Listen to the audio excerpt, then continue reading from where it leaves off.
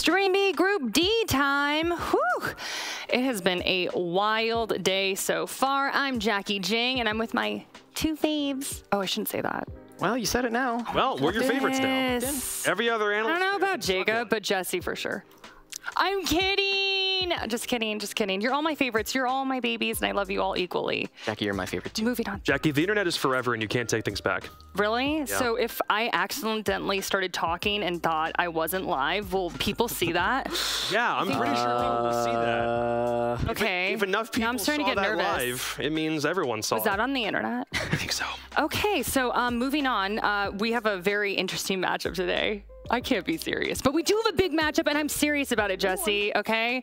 We got the 8th seed versus the 11th seed, M80 versus Brazilian FaZe. Are we feeling hyped for this one, Jacob? Give me some hype. Hey, I'm hype about it, but I have to say it definitely is weird not seeing this team rep the set. Looking at them in a different jersey is something it's going to take a little bit of getting used to, because we've seen them under a different banner for a while, and they started this exact 5-stack under a completely different brand that we shouldn't talk about, because technically they're not with them anymore. Yeah, but I M80 is now on the scene, and I like the green. I like the green, but like the one green sleeve down one side, I thought was an interesting design choice. I like it. Okay, not Jacob critiquing fashion right now. Oh my God, I'm staying out of this. No, I'm not hating on your fashion. You're wearing camo cargo pants, Jackie. Staying out of it.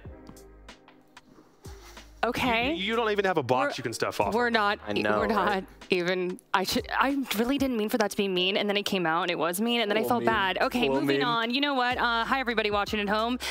Let's get things started with M80. Roll it. Your fashion's really nice. I was kidding. Thank you. I appreciate that.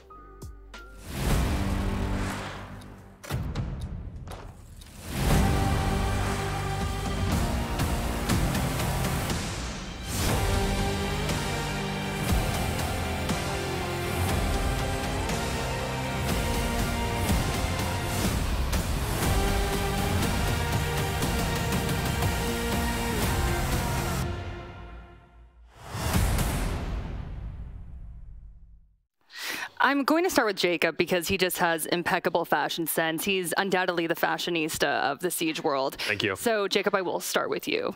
Did I make up for it?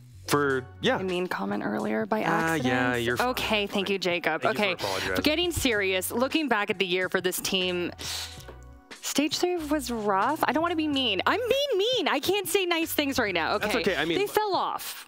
Is that safe to say? A little bit, but I think it's because in Stage 3 they maybe didn't take things nearly as seriously as they could. Kind of like we are with this desk, but that's okay because it's the end of the day. Something to note with M80, when they started out the year, they had to basically build a Frankenstein's monster of a roster from a lot of different components. They decided to take some pieces from Challenger League that hadn't played in the NAL before. They went with some OXG pieces that played at the Invitational, and now they're here, having gone to 2 majors, playoffs at 2 majors in fact, made some pretty decent runs, got a lot of people hyped, and then suddenly in Stage 3, everything hits a bit of a roadblock. It's not nearly as synergistic. There's definitely a case to be made for it because they had so busy of a year. Now they're going into a final stage. There's already a bit of burnout because you've traveled a lot. You've played a whole bunch of Siege at that point. And Stage 3 doesn't go the way that they look for. And as soon as they're not confirmed to go to the major, they're just like, well, I guess at this point, the rest of the stage doesn't matter nearly as much. Now we're getting to a point where they need to come back out of that slump. And I still think they're going to win this group. You're a believer. Don't take anything about Jacob. Stage 2 nearly as seriously as that. I think that is baloney, because What? M80, you can say that they don't care once it gets to the end of the stage, and I'll give you the DZ game, whatever, the final match of Stage 3, I'm going to ignore it. But I think the rest of that game, or the rest of that stage, you can still really point out some significant problems that we saw from M80, that they just weren't having great coordination through. They were the lowest plant team through the entirety of Stage 3. They planted 4 times, the whole stage, bit of a problem. They also had a bit of disconnections coming through with Spirits on the Monty, oftentimes being a little bit disconnected from the team, wasn't seeming like he was really synced up with everybody. We saw a bit more inconsistencies from him and Gomez, who had a pretty rough stage.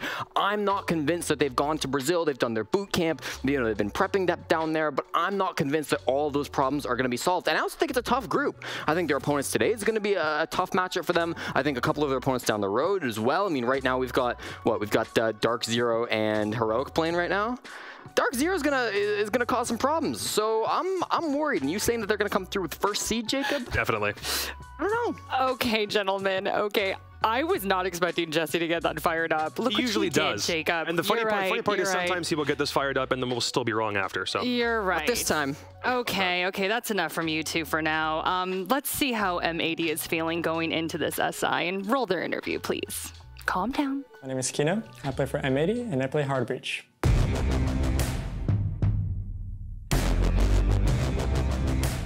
I'm in Group D. The teams are Dark Zero, FaZe, Secret, and Heroic. I think this should be really straightforward. I'm pretty sure we're gonna get first, and no team's gonna stand a chance against us. Our preparation has been really good. Last month, we went to Brazil for a boot camp. It was really beneficial for us, scrimming in another country, learning new strats, learning different play style, and I'm sure it was beneficial for the other teams as well that scrimmed us. And we are ready for SI. We think we're capable of winning it all. The team I'm looking for to play the most is probably Dark Zero in our group. I have a rivalry with Troy, Canadian, and my boy Pambazoo for a while now, and I consider them close friends. So I feel like it's always going to be a good game. Every time we play against them, it's always a good matchup, and our play styles clash together, so hoping for a good one. Here's a message for Dark Zero, especially Troy, Canadian. Be glad that we're on your group, because that's the only way you're going to make playoffs. So Jesse got a little bit fired up there. So Jacob, I want to give you time for a rebuttal. Okay. Specifically about what he said or about what the interview? I guess whatever you want to say. Well, here's the big thing. Yes, because you're a believer in this team. M80 for the past couple of majors that they've gone to have always demonstrated more of a maturity about them than I was expecting, given all of their different backgrounds and where they came from. Now we're at a point where all of those different puzzle pieces are coming to a head, and I like the fact that Kino is not being nearly as rambunctious as he could be, or sometimes what they're like on stage after they win. They're demonstrating a very calm energy, and they do still have the skills to back everything up. A guy by the name of DS Lucas was the highest rated M80 player of the year, and he's not somebody who plays on primary entry. Like, Yag is usually the one in the spotlight, sometimes whether it's Spirits or Gomez, depending on which one of them played Finka back when she was in the meta. That's somebody who you're always going to look at. But there's all these different puzzle pieces that they absolutely can use to go way further than they've ever gone before. They made quarters at Charlotte, semis in Berlin, and everyone thought they'd make grand finals in Jönköping if that exact same trend kept being a staircase in the right direction. They can still be that. But the only questions are, how many teams have adapted to the way that they play explosively on defense, and what are they going to do now that a very potent attacker that they used to play a whole bunch of doesn't see nearly as much meta play? There are questions about them, but if they play at their highest level, they're going to win this group. There's no way they won't. Y'all ain't going to see eye to eye on this. I'm just laughing because Jesse's just sitting there like this. Hey, a wise Astralis member once said, talk is cheap. We'll see today. We'll see today. Okay, well, that is enough about M80. Let's pivot to their opponent, and here's a look at FaZe.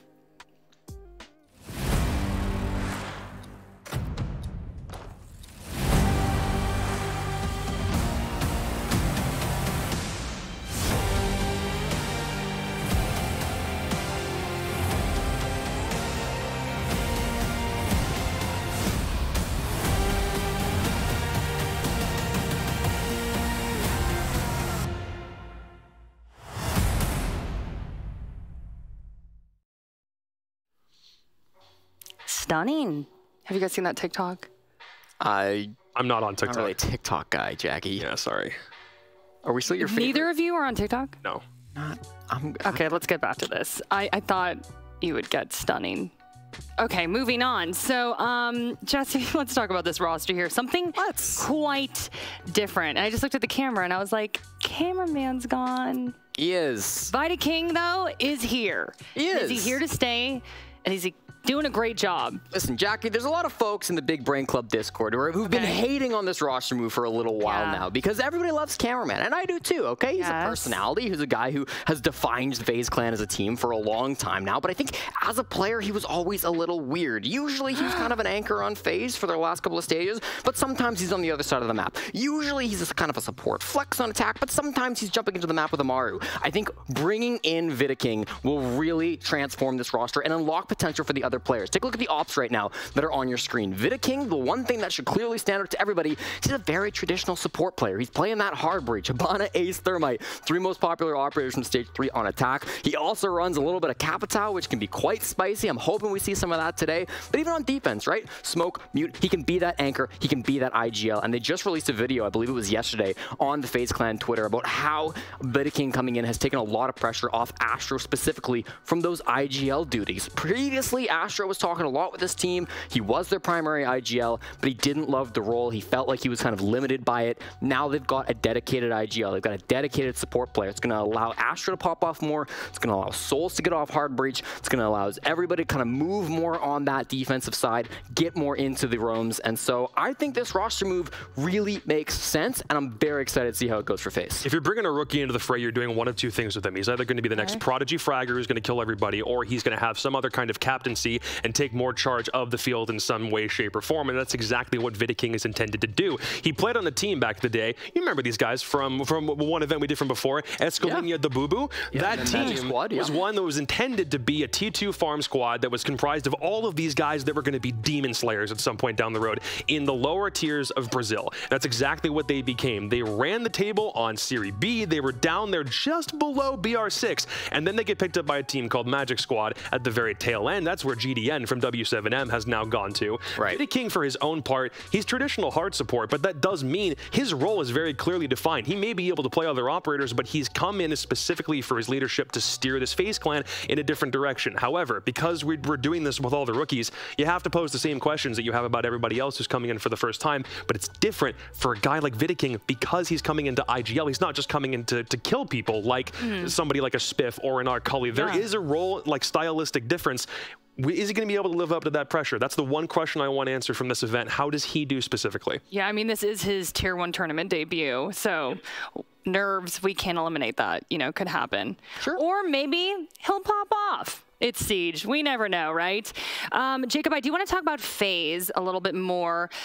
They were in the top 3 here at SI last year, I believe, and historically they do well in international tournaments. They're imbued with a new vigor when they're here. When I got to see them last year, I truly sensed that energy, right? Yeah. So, y'all know me and the energy. I mean, are they gonna bring it? Stop smiling at me. Well, the problem... But energy is important, and FaZe has it at international tournaments. FaZe has it at international events. A lot of that came from Cameraman because everybody was looking at him. Everyone looked at him to be a face. So it's not to say that that same level of energy will persist. It's not to say that it won't. We need to see the way that this team works around Vidaking's involvement. If he's going to be playing in a more hard support capacity, what does that leave Souls to do? Because he's the reason that they beat Damwon Kia to go to the finals of the major that they won in 2021. And now he has the fragging capacity, in spite of being the support player, to go and do even bigger things. What is he going to look like? Is Astro actually going to have less of the responsibility on him to push forward into the future and do what FaZe, or this new age FaZe Clan, needs them to do? It all revolves around Vidaking and the way everyone revolves around him. Think of it that way. Okay, you're both bringing up a ton of interesting factors here, but let's see how FaZe is feeling and take a look inside their head. Let's watch this interview really fast. Meu nome é Leonardo, eu jogo pela FaZe Clan. Minha função no time é intermediário.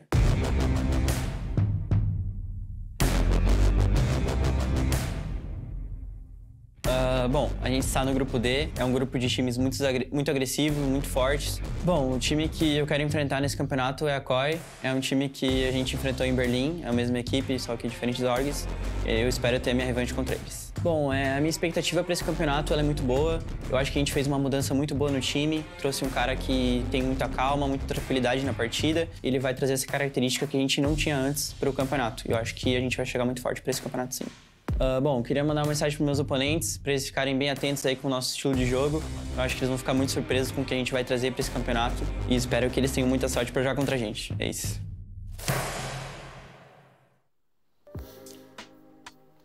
I'm loving the confidence from all these teams. Canadian was funny, though, earlier. I don't know if you saw his interview. He's just like, everyone play good Siege and have fun. He's safe out there or something like really calm. You know what, though? We talked about, we're not going down that road right now. Okay, we're talking about FaZe. The team's had a lot of ups and downs this year, but how are we feeling right now? Like, do they have what it takes to succeed here? Yeah, I think so. I mean, they obviously had a bit of an earlier exit in Young Shipping than they would have wanted to, but people are forgetting that this team is a powerhouse. They're always at the top, and that defensive side is so good. Despite the fact they went out in quarterfinals, they still the second best defensive win rate of any team in the most recent major in Sweden, 65%. This team will give you no ground for free. They don't let up. They're not going to let you have anything. And with the maps coming in, Jacob, Oregon Chalet theme park. I mean, I think they'll be fine. I think they'll be fine. I think I'm okay with it. The problem with this group and these two teams in particular, they don't have map pools that line up at all. A map that one team likes is a map that another team literally tries to play as little as possible. So trying to find maps that were going to even get down to a decider point of view was going to be weird. Maybe it would be a club, maybe a border. And the fact that M80 and FaZe have gone for Oregon Chalet, these are maps that they specifically specialize in. I remember back when the old XSET roster was fantastic on Oregon, they 7-0'd the Sonics at the beginning of the stage. Everyone thought they were the second coming of a new age in Rainbow Six. FaZe Clan going for Chalet, that's been a LATAM and Brazilian battleground for quite a while. Both of these seem like they play into both teams' individual strengths, but this also highlights just how important your own map pick is to win because your pools are so divergent. If you don't win your own map, you're going to be struggling on the other one and then maybe lose this series before you even understand what happened. So you need to prioritize your map selection, and if it ends up going to decider, great, but just make sure you do your job before then and you're fine. Okay. I want us to talk about predictions at length here. So usually I'm just like, shout it out at me. Jesse, who's winning? I think make an argument. Well, I think make it a long one. I think it's going to be a FaZe Clan win. Okay. Jackie, I do. And I like M80, right? I think I've kind of talked down on them a bit on this desk, but I really do like M80. I've been hyping them up all year long. I'm just not sure about them coming into this event because we haven't seen them in so long. They've been down boot camping in Brazil. It's hard to know how that's really been going for them. And the last that we saw, there were real struggles. I think chalking up those struggles just to, wow, they didn't really care. They'd already been to 2 majors. That's baloney. You can't really fall back on that. You can't rely on it. Some of their players like Spirits were really inconsistent throughout the entirety of the year, and you look back towards FaZe Clan, and again, I think the roster move makes sense. Jacob, you talked about how cameraman, he's a loud guy, he talks a lot, he's kind of the voice of this team, and that's absolutely true. But they knew that when they got rid of him. They knew what the energy was going to be missing. I'm expecting them to be able to fill that role, no problem. Big thing for me is not appreciating how little you actually like the NAL team on this desk, Jesse. I just have to point that out. What do you mean? I love M80. I love M80. You need to give them more hype. And here's the reason I'll give them hype. They boot camped in Brazil. Yep. And then they had a problem where Gomez needed to get his visa restructured on a very short time schedule. So what he had to do was leave Brazil to go to the East Coast and then come back. In order to do that, they had to shore up a lot of things and then practice through all of those problems. And then what does he do? Come back and then tell them That's enough. You two stop arguing. Is doing we'll see how it plays out. We'll see how it plays out. Our teams are ready to go. But you know what, Jacob? We're going to go from one fashionable fellow to a duo that has exceptional style. Blue and Stokes. Hi. Hello there, Jackie, and thank you very much. It's a pleasure to be back once again for the final matchup of the day here as we get prepared to jump into the first map now between M80, donning a new banner as well here, of course. Welcome M80 to the scene, and they're going to be going up against one of the titans of Latin America in FaZe Clan. Stokes, get your opening thoughts on this matchup. Oh man, I think this is going to be an exciting one. I'm excited to see what M80 can do, the new rebranded X set, as well as what FaZe can possibly do with Vita King. And I mean, a lot of exciting games involving him with the T2 scene, trying to just punch above his weight class, get up into T1, but it's finally happened. And what better roster to plug into than FaZe Clan? Really excited to see how they try and work this vehicle with a new engine installed. So going to be pretty fun when it comes down to it, especially the map pool. I think that we got a good choice from, the different kind of wines that we have here, especially since we got Oregon right into Chalet. I mean, 2 completely polar opposites to really test what we have on full display here. Really good sampling, though, considering that these should be 2 very similar playstyles going up against each other. M80 is technically a North American team, of course, but as you heard the desk talk about, they are 3 out of 5 Latin American There's some players. air quotes. So yeah, there's air quotes. Basically, use your own judgment to the team this region is from, essentially, because while they qualified through the NAL and gained the majority of their points through there, of course, they do have quite a bit to call home for in the Latin American region, so they will definitely be representing that themselves a little bit too. As we get into it, though, they're going to have to test themselves against some of the very best in the region in FaZe Clan. And even though, yes, they did make a roster change where M80 did not, it's a pretty perfect swap, as you've heard quite a few of us talk about now in FaZe Clan. Yes, indeed. And already starting off with some strong bans here. I love this from FaZe Clan, already recognizing what M80's play style is. We're going to have to get used to that one, aren't we? As they're going to take the Monty. That's something that we usually see from Spirits. He really likes his shield plays, but that doesn't mean that he can't just take Blitz. He's also kind of prone to that every once in a while. Really loves to try and throw off the defense with those shield plays, but going to be lacking one of those going into this game. Zombie making sense here. Still seeing quite a bit of a Zombie play on most maps. She is a very useful operator, very much on a universal basis, and a very independent operator at that. If a very potent player is able to get a hold of her, she can become very dangerous. Oftentimes, she is first to be banned out. Cade, specifically for this map, has quite a few pain points where you get those electric claws into positions where it is very difficult to deal with them. So it appears as though the team that banned him out does not want to deal with that, and they'll knock him out instead. All right, so how are we going to start things off on Oregon here, folks? We've got Laundry Supply for our defense down low, and it's looking fairly straightforward. A lot of delay here, as well as the warding coming in, just to make things a little bit easier for them if the full execute comes through from M80. They won't be thwarted by those potential smokes that they could have, but fortunately, obviously, we get to notice what's going to happen for M80. They could switch up a couple of different things for their operator lineup, but as of right now, that won't play too heavily into that situation, and more than likely just be the stuns coming through. Got a couple players standing still, so we'll see what's going on with that in a second if there is anything going on. Yeah, it doesn't look like we've got a call for a rehost just yet. Yeah, like I said, it seems like everything is on the up and up right now, so we haven't seen a rehost call, so we're just going to continue as normal until we are told otherwise. But as we take a look at this hold here from the FaZe Clan roster, it is going to be a fairly straightforward basement play from them. Just in terms of the utility being brought to the table as well, quite a bit to try and hold this back. Okay, yeah, so we did get that confirmed. We're just going to reset real quick. Had a feeling it was coming, just didn't want to make any assumptions, but we will do this very quickly, folks, as we didn't even start the first round, so it should be a pretty fast process of setting the lobby up once again. Yeah, not too hard. The only thing that you need to know is that when we do go through with these rehosts, if a round was already active like this one was, that means that they have to repick all of the same operators and pick the same site. So that's really going to be the only thing going into this. So any information that was garnered from the offense or defense, definitely going to be benefiting them in any sort of the term. But it more than likely be benefiting the offense more than anything, just because having the, those drones roll in, figure out a couple ops, figure out a couple positions, just always going to probably lean their way just a tad bit more. But either way, we will be back in momentarily to kick things off. FaZe wanted to go downstairs with their initial defense, so that means that M80 is going to have to go for the full Oregon clear. M80, it's definitely going to be a game where they need to show up with a strong stance right from the beginning of it here. As you heard the analysis desk mention, M80's been on a bit of a disappointing run, obviously back when they were still being represented by XSET over the past few months. Stage 3 gave them a very unfortunate run. I think they finished off around 7th at the end of that stage, and then also earlier on in the year when you consider the fact that they had pretty high placements at both of the majors, that's not the way they wanted to end the year. We really haven't heard much from them since then other than the organization change, of course. But as we talked about on our previous matchup earlier today, there's a massive break, of course, between the last time we saw this team play and SI now, so they've really had almost like half a year to reinvent themselves, get themselves ready for this specific event, and in some extents, this specific map, which means that we could be looking at a very different M80 when we actually get into the action, which thankfully is happening right now. Yeah, it's so strange for us because esports moves so quickly, right? It's like we blinked and all of a sudden we're casting M80 again, but they haven't been seen in the public view for October would have been their last game in the so very long, so practically 4 or 5 months. Yeah. So just a ridiculous time period to be able to fix anything. You could start from scratch and have a solid team in 5 months, I'm telling you.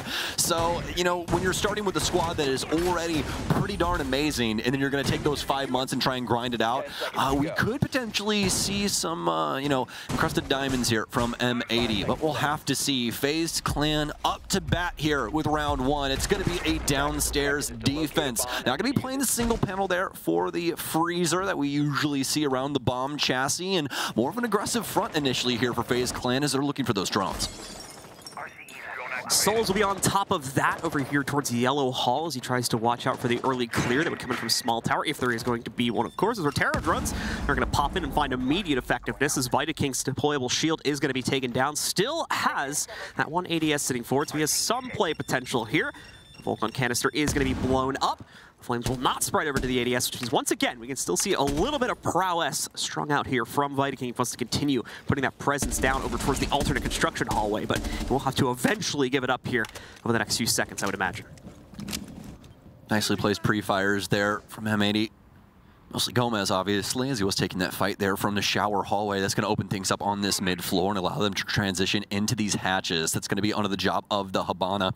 They still have Yaga here as well for the torch, but he's just kind of a secondary utility piece here. He's more of an aggressive piece. He can try and fight things out. An entry frag here, especially with this M4. Such a strong gun, and with that new extended barrel having 15% flat on your damage, whichever gun you can slap that thing on and it's usable, then, well, there's really no reason that you shouldn't. That's one of the really solid guns as well. Really get to see if he had it on there, but either way, just always a good backup option for your hard breach that can be a little bit more aggro with that 3-speed.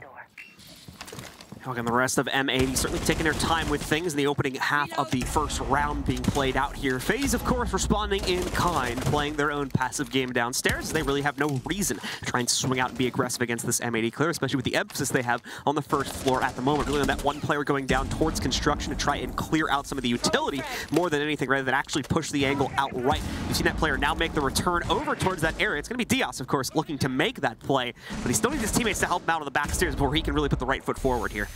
I mean, they're processing this extremely well. I will give them that, using their time to their full advantage and all of this utility. And you can see Yogg isn't wasting anything. He isn't just dumping stuns for no reason. Everything is measured and checked by M80, but DS will go down. It looks like FaZe might actually be in some hot water here, but no. They're going to be able to take down 2 M80 members, make it 3, as they were able to get the wrap on the site, get these hatches open, but FaZe has quickly made mincemeat of the entire team. It's down to Kino. Could be a flawless round here for FaZe, although Astro is down. Can Kino pick up anything here? Goes for the gunfight up against the Jaeger. Only some tidbits delivered, and it's going to be Souls to make it a flawless. Extremely well done from FaZe. Very patient in their delivery, and honestly, a very good timing when it came down to it on their execution of their game plan. Absolutely the case. Unfortunately, for the M80 side of things, nothing really to throw FaZe Clan's defense off during the process of that execute there. There was no sort of secondary push or any sort of player that was trying to sneak in and throw off the defenses of FaZe Clan. And as a result of that one, FaZe Clan are able to adapt, synchronize their setup once they realize it is coming from the backstairs and construction route, and just shut it down in the exact default way you'd expect most teams to do.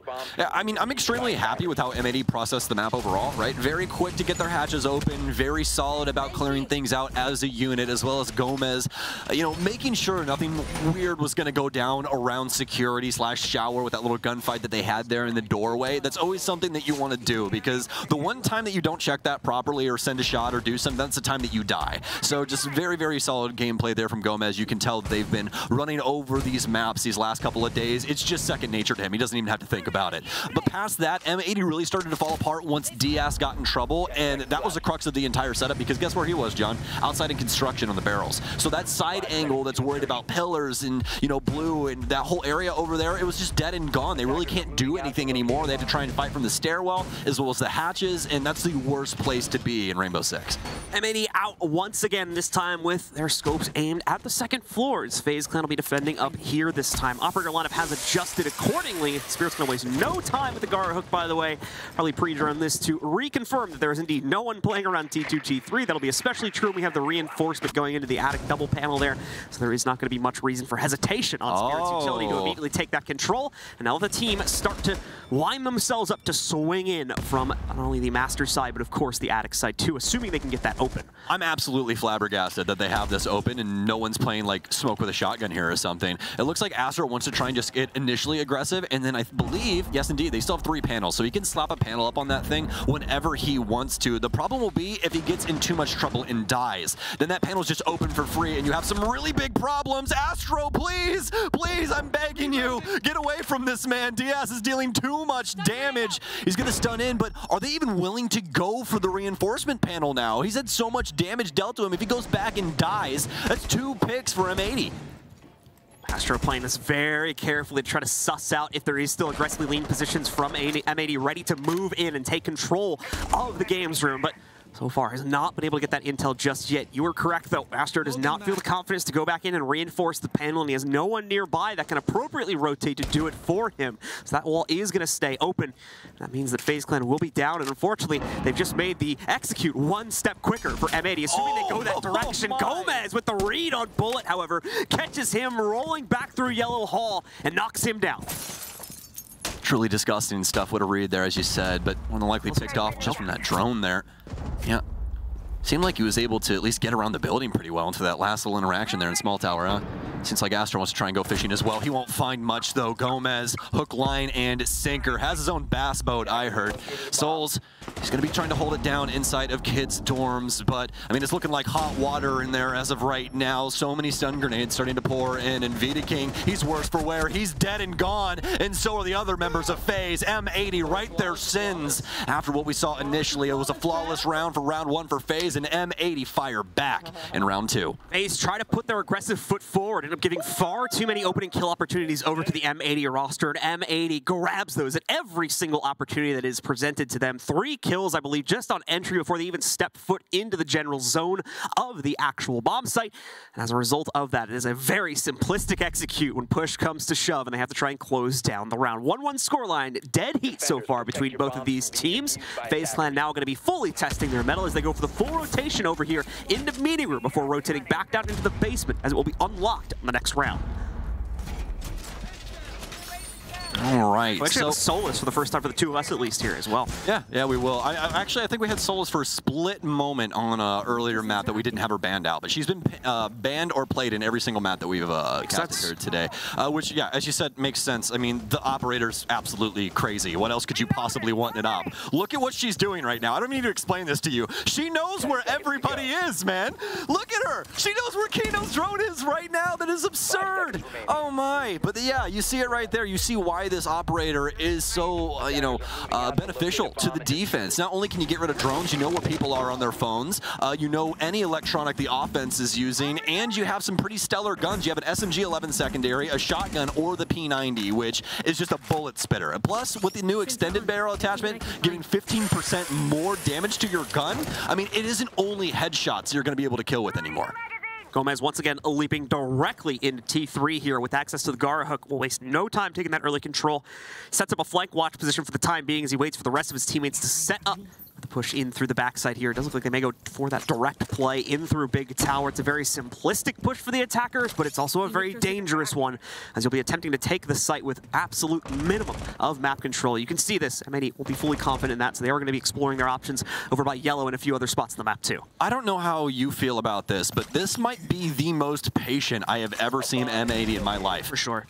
Like, this is absolutely ridiculous. He's going to be able to... Oh, he didn't even down him. DSD alive. He proned immediately. Gomez got Astro instead somewhere else. What? That is so incredible from M80. Look at the way that they're just playing the entire map at once right now, John. They have the supporting angles outside, benefiting from the windows. You have Gomez down low trying to shut off the kitchen rotations. If anybody wants to try and rotate out or in, more than likely dead and gone. Finally, FaZe will get something of their own, though. But Diaz, he's looking the wrong way. He's looking towards tower side, but the man's coming down white. Might have another chance here to try and cut him off, but Souls looks to be trying to play things out for the remainder of this round closer to sight.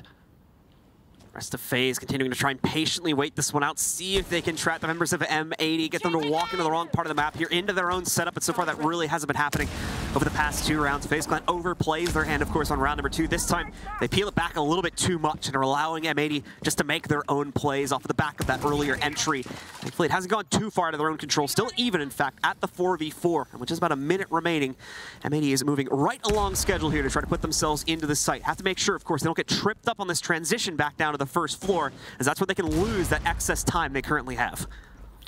Yes, indeed. A lot of things benefiting both squads right now. Obviously for M80, it's the fact that there is no longer an echo. They don't have to worry about those cams, potential stoppage from that. They do have to worry about some utility, but you have IQ for all of the pre-play stuff and more than likely oversight for the Nitro cell when that comes through. M80 looking for the stage plan here. A beautiful frag grenade. Nothing to stop it either. Bullet goes down. They don't have the proper paneling work here, but it doesn't matter. They've got enough of a crack in it to be able to support both the split angles here. They're going to fight it out, though. Souls will take down Spirits. That's a big issue with having that singular 2-piece hold there. It's super easy to pre-fire and try and get a kill, but when Kino's firing back off the case, it's gonna make life pretty hard. Oh my, Cyber almost gets it done. It's gonna be up to Vidiking to try and seal the deal up against Gomez, but Gomez will shut it down. M80 knows where he is, and they'll heat seek him. It's 2-1 in favor of NA. Vidiking just 5 seconds away from ending that round on the timer as well. Could not stem the tide from M80 as they forced their way into another round 1 there. As you were talking about, only the single angle to look for the attack.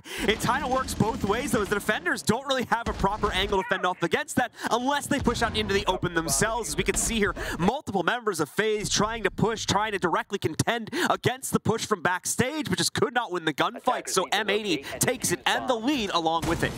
I mean, talk about using your X-Kairos to their maximum potential. I mean, Kino used those on everything and the kitchen sink inside of that round. That was truly incredible. Those were the last 2 X-Kairos in his gun, John, that he used just for that single little breach there, so they had the angle to oversight Kino. I mean, wow, incredible, incredible stuff. Obviously covering himself there a little bit because he was the one playing the Hibana, so he's just like, guys, please don't let me die. But still, I mean, what a way for them to break down that round and find success through a means that we don't normally see. You don't usually see Hibana getting used on big walls and stuff like that, just because teams are so worried about having those big breaches, but M80 just proved it right there. You don't need a massive hole to make these things work out. FaZe Clan is going to be hoping that their prior successes, such as back on round number 1, will be echoed here as they go for the second run around of sites. No pause to be seen here, as they feel they've got what it takes, at least on this site, to keep rolling forward. Would not be surprised if we see one should M80 claim a third round here, though, as then that'll be FaZe Clan going 1-1 on their basement hold as well, after being relatively close to losing it on the first play as well. Fantastic stuff here from Gomez. All that pre-firing, he knows that more than likely Souls, but a FaZe member is wanting to play inside a small tower again. And sometimes you get lucky, man. Sometimes you send some shots in an area that you know is a little routine, and you'll just pick somebody off. So always respect that when you do see it. Saw that from him earlier in the initial round there where he was pre-firing right to security off rip. Knew that somebody was more than likely going to be around there, and he chose right. Just didn't get the kill. Able to slip through the cracks and back down to the site in that situation for round 1. But here for round 4, M80 have been able to quickly get into the building, clear things out, and start looking forward to these hatches, which will once again be on Kino's shoulders. We're going to make the quick transition downstairs. A little bit of pre-fire on the way. He's a bit worried of a swing, given the drones that are actively watching his descent right there, but he makes it not too much of an issue. Terror drone's going to start to be dumped in towards construction, just like we saw in round number 1 here as well, to get rid of the setup supporting Vidiking. Once again, he'll lose that deployable shield first off.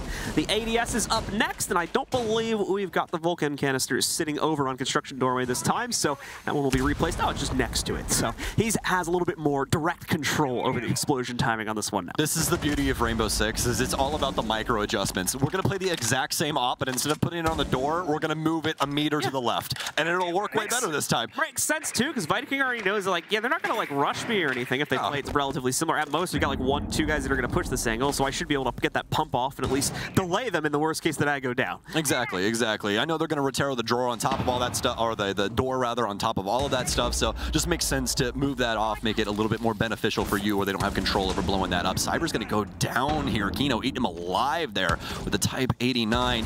Gonna get some more X-Gyros out, but those are immediately shot off. Either way, they know that Cyber's downed more than likely in that boiler position. So what does M80 do now with 40 seconds remaining? Gomez balls in his court to some extent here as he's got the backstairs push under his control. Self-drones in, reconfirms the down position of Cyber. They know he's not getting revived. They also know where Souls is going to be playing from now too, but still, he swings out, gets away with one. Gomez gets the trade-off and finally finishes off the other down player from FaZe as well here. Bullet just barely survives with a sliver of HP as he now gets the trade back onto Spirits. Vidiking needs to get himself into this fight too as they're now in a deficit. 2v3 coming down to the final 15 seconds, but more importantly, Case is temporarily down. The patience from Gomez though, second to none here as he shuts down one more alongside Diaz to win the round. Not a single person overplaying their hand. I mean, yes, obviously M80 still had some deaths, but they're just losing gunfights. That happens. Yeah, and it's like it's a basement fire. Exactly, right? Exactly. Dude, there's no better way to put it than a basement fire. That's basically what Oregon is when it comes to executing. It's a straight up hell in a handbasket basement fire. That's all it is. And yeah, M80 playing that out perfectly. You saw once again the patience from Gomez there. He just steps up up to the single panel instead of pushing all the way down Freezer Hall or trying to push things through E-Box. He takes the perfect angle right there on the panel and lets FaZe Clan be their own demise. They're playing so very well in positions like that as of right now, and this is all due to the fact of what they were able to do with these last 4 months. This is all that grind time coming to fruition right here in front of our eyes. Specifically for Gomez right now, as he is lights out at the moment at 8-1. Next highest teammate is going to be Diaz at 3-1 as well, so he's been a huge proponent here to the success of M80 so far. Just last round, I believe, getting at least 3 out of 5 of the kills on the entry. There's some beautiful work coming in from him. We haven't even really needed to see the rest of these players step up yet, so when the pressure gets put on by FaZe, that's when we're really going to get the test of the other 4. Yeah, I mean, so far from M80, I mean, the real reason we're not seeing as many kills from them is it's just been proper pressure and FaZe like slowly working their way back to site, and then Gomez kills all of them on rotation. Yep. That's what we're seeing, and he's more than likely going to continue to do that. I guarantee you that silhouette out by the bus is him, 100%, once again, just sitting there waiting for someone to try and rotate through white. And what do you know? He's over at bus again. This is his domain. If you guys want to know his address, it's Small Tower, White, Oregon. What part of Oregon? You said, oh, well, that's actually pretty hard, John. Yeah, it's a pretty big address. Fun thing, this is actually not in Oregon. I'm just kidding. All right, well, let's take a peek here at M80's initial push once again. The Garhook has come back out one more time for Spirits, at least the 3rd time we've seen them using it just to get immediate Tier 3 access. And of course, now follow it through specifically for this take with the 2 canopers to be able to open up attic access as well. Immediate 2-layered push right there, and only about a minute use in order to make that happen as well. Very clean usage of the utility here from Spirits, and it's all very synchronized as well, so he can just swing himself right back up to T3 when it's all completed to prevent any nasty flank business that FaZe may try to deploy against him. Yeah, FaZe are not nearly as aggressive in their strategy when it comes to the overarching storyline here for round 5. No panel open. Real nothing, minus Cyber down here roaming with Solus. We do have Valkyrie down here as well on a second glance, so Bullet will be around, but Astro surely won't be as Gomez once again strikes true. 9-1-1, somebody call the doctor, because oh my, M80 is surely on the case. Souls trying to fight back inside of the attic, but not able to accomplish all that. Muzz, VideoKing is going to go down. Souls will be able to trade out at least for Spirits. It's a 2 versus 3 as M80's quickly making work around 5. Bullet held up for those crucial few extra seconds here while M80 was positioning themselves, I believe, for a plan. It should be over those next few seconds here. Now as they rotate back up, immediately we see the effectiveness of that extra time because of the nade. Yaga just immediately shuts down Bullet. Soul's going to sneak off one as he finally puts down Gomez inside of this round. Nice little play on the smart glasses there to quickly counter out the flash that's sent his way, but he's still only working with it. You can see it there on the bottom right side. Just a tiny bit of HP here for Souls. 1 bullet and he is down for the count, so you can completely rationalize why he is playing this so slowly, so carefully to try and just find those instant headshot picks against both Yaga and Diaz. It's going to be a tough ask, though, given that both these players have now been able to successfully escape outside of the plant area. And it is nigh impossible now for Souls to pull this off. It's just so rude from Yogg. He could have at least been nice and played White Stairs, but he wasn't. He went all the way down low, and not only that, but he's got the DMR, so he can just open the floor whenever he wants to. This is sick. Disgusting stuff from Yogg. Diaz more than likely going to be the one to deliver, but Yogg, he didn't even go for the verticality through the floor. Instead, he just re-challenged White Stairs, which obviously works as well. The case just a little bit too far out from that corner. Could have just caught his hand there with the defusal device in hand. M80 quickly taking it to FaZe Clan here. 4-1 currently, and man, oh man, would I love to hear Jesse and Jacob yelling at each other right now. It's also 4 rounds in a row from M82. FaZe Clan's only round 1 was the very first round when they initially played Basement. Speaking of which, they're going to go back to it now for round number 6. But ever since then, M80 has taken full control of this entire map so far here, and is not really showing us any signs that they're going to be giving it up for either this last round or the first few of the next half. No, the key thing right now for FaZe is they're not playing to win, they're playing to not lose. They're playing to survive. Everything that M80 has been doing has been straight up dissection. I mean, to FaZe, if you're looking at it from their lens, right? Think about this. Every single time that they go on roam, they just magically cross a window and somebody's dead. Like that, and that's just been a continual thing over and over again until we get to executes, where M80 have been also abusing FaZe Clan. Perfect example, that last round where they basically scoop ripped out the entire defense from their own site and then planted. And we're like, okay, now you're allowed back in. You know, they're just getting away with so much right now, and FaZe is just simply playing to survive. I really want to see them try and get some confidence back in and of themselves, and maybe this basement setup will be just that key. FaZe is also playing, at least in my opinion, a very, very default version of the defense here on Oregon, which, to be fair, is not like the huge black mark on their play here. It's Oregon after all, so you're going to be somewhat limited there, but this is Souls. More about this in a minute, as yeah, there is a little bit of a difference this time being played out by FaZe Clan. You have Souls deployed over towards the classroom. Cyber was playing top stairs, and he had support for it too. Well, eat my words. FaZe definitely shaking things up for this round. I know we had Cyber playing around there too, but obviously he's the one that's got caught, so no longer going to be an issue there as he's immediately taken down, and we are locked to a 4v4 before we're even past the minute mark. I honestly like this from FaZe, especially... Well, it goes back to my prior criticism, right, where they're playing way too predictably on this defensive side. They needed to shake things up. Arguably, it's coming in a little late in the half, but at least they're showing us something now. Absolutely, man. I think the key thing with that, I'm sure that a few of the people at home like, Souls, go back to site, man. What the hell are you doing? Listen, you force people to drone you in this game, okay? That's what you do. Like, yeah, even though the play there doesn't give us any immediate effectiveness towards FaZe Clan, in my opinion, it's probably causing M80 to like double, triple check things now, and that's causing a very slight amount of slowdown, which may be exactly what FaZe need to just barely win this round, which is really all they're looking for right now, as you said previously. Yeah, well, and the key thing is that M80 is working from the big tower side, so if they didn't check lobby and all that, which I believe they did, I think he's back downstairs, but I mean, if they didn't drone things out properly for Classroom there, then he just easily slips in through split, and which goes back to my point, right, which was force them to drone you. If you know that you can safely get out of a location and it's not too far away from where you need to be, why not play it? And it's working out right now for FaZe as they're going to get their second kill. They delayed some solid time here, but that doesn't mean that M80 can't make it out of the thick of it.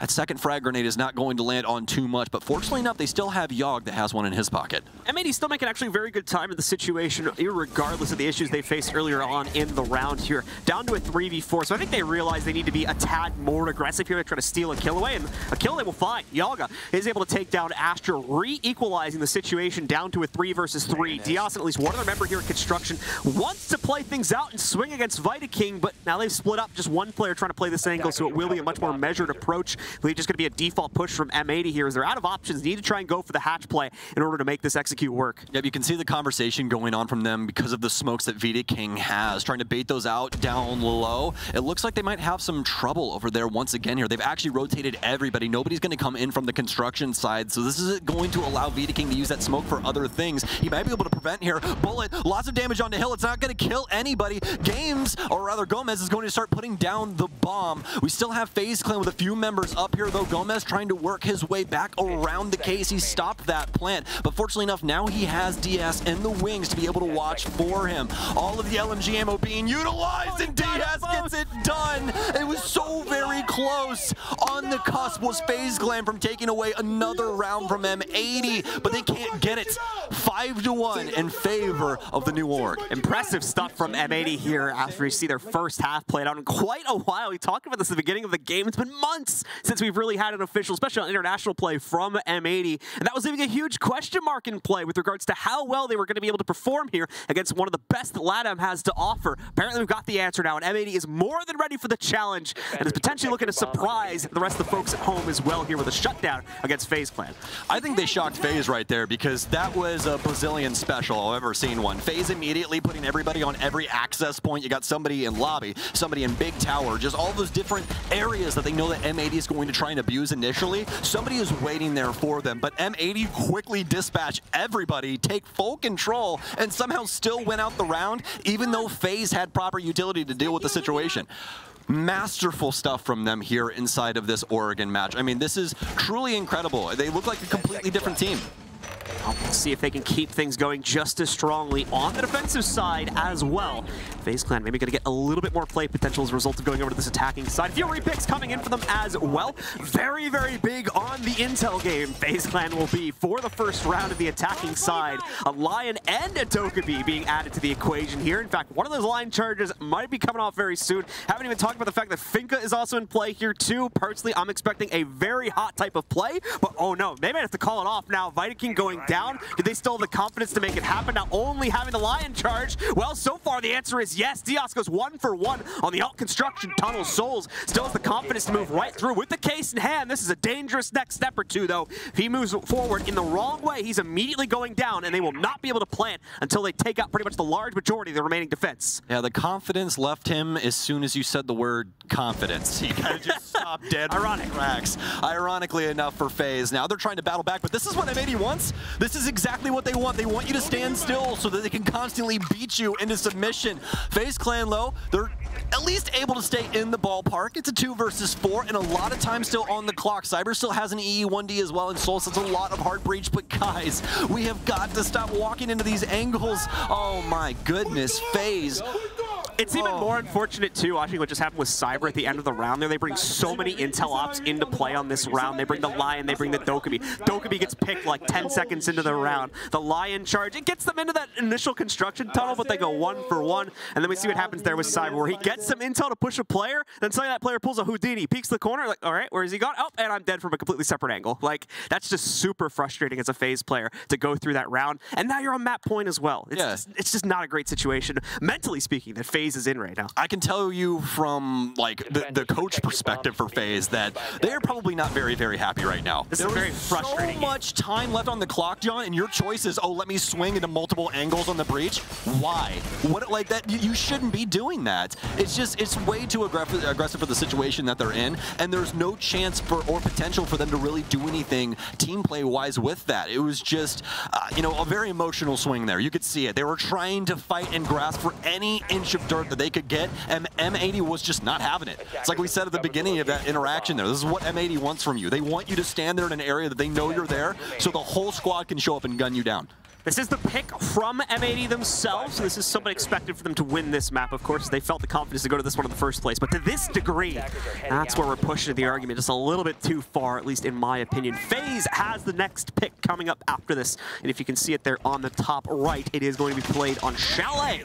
So that'll be FaZe's last chance to try and rebound this against M80. Otherwise, we could be looking at another 2-0 shutdown in their favor if they continue to perform in this fashion on FaZe's own back pick. Oh, man. Well, I mean, Jesse's Discord might be giving him a lot of grief in this upcoming week. I mean, because Vidaking is just not working out as of right now. I really hope we can see a bounce back here, but 1-6. And not only that, but also 1-6 for Bullet and Cyber as well. Something is not right. That's what's happening, straight up. Like, you need to at least have some level of coordination here to be able to assist each other, and it just doesn't seem like they're really all on the same page. Not that it's not happening, right? Not that he's not trying to coordinate things, but whatever it is, it's definitely not coming to fruition.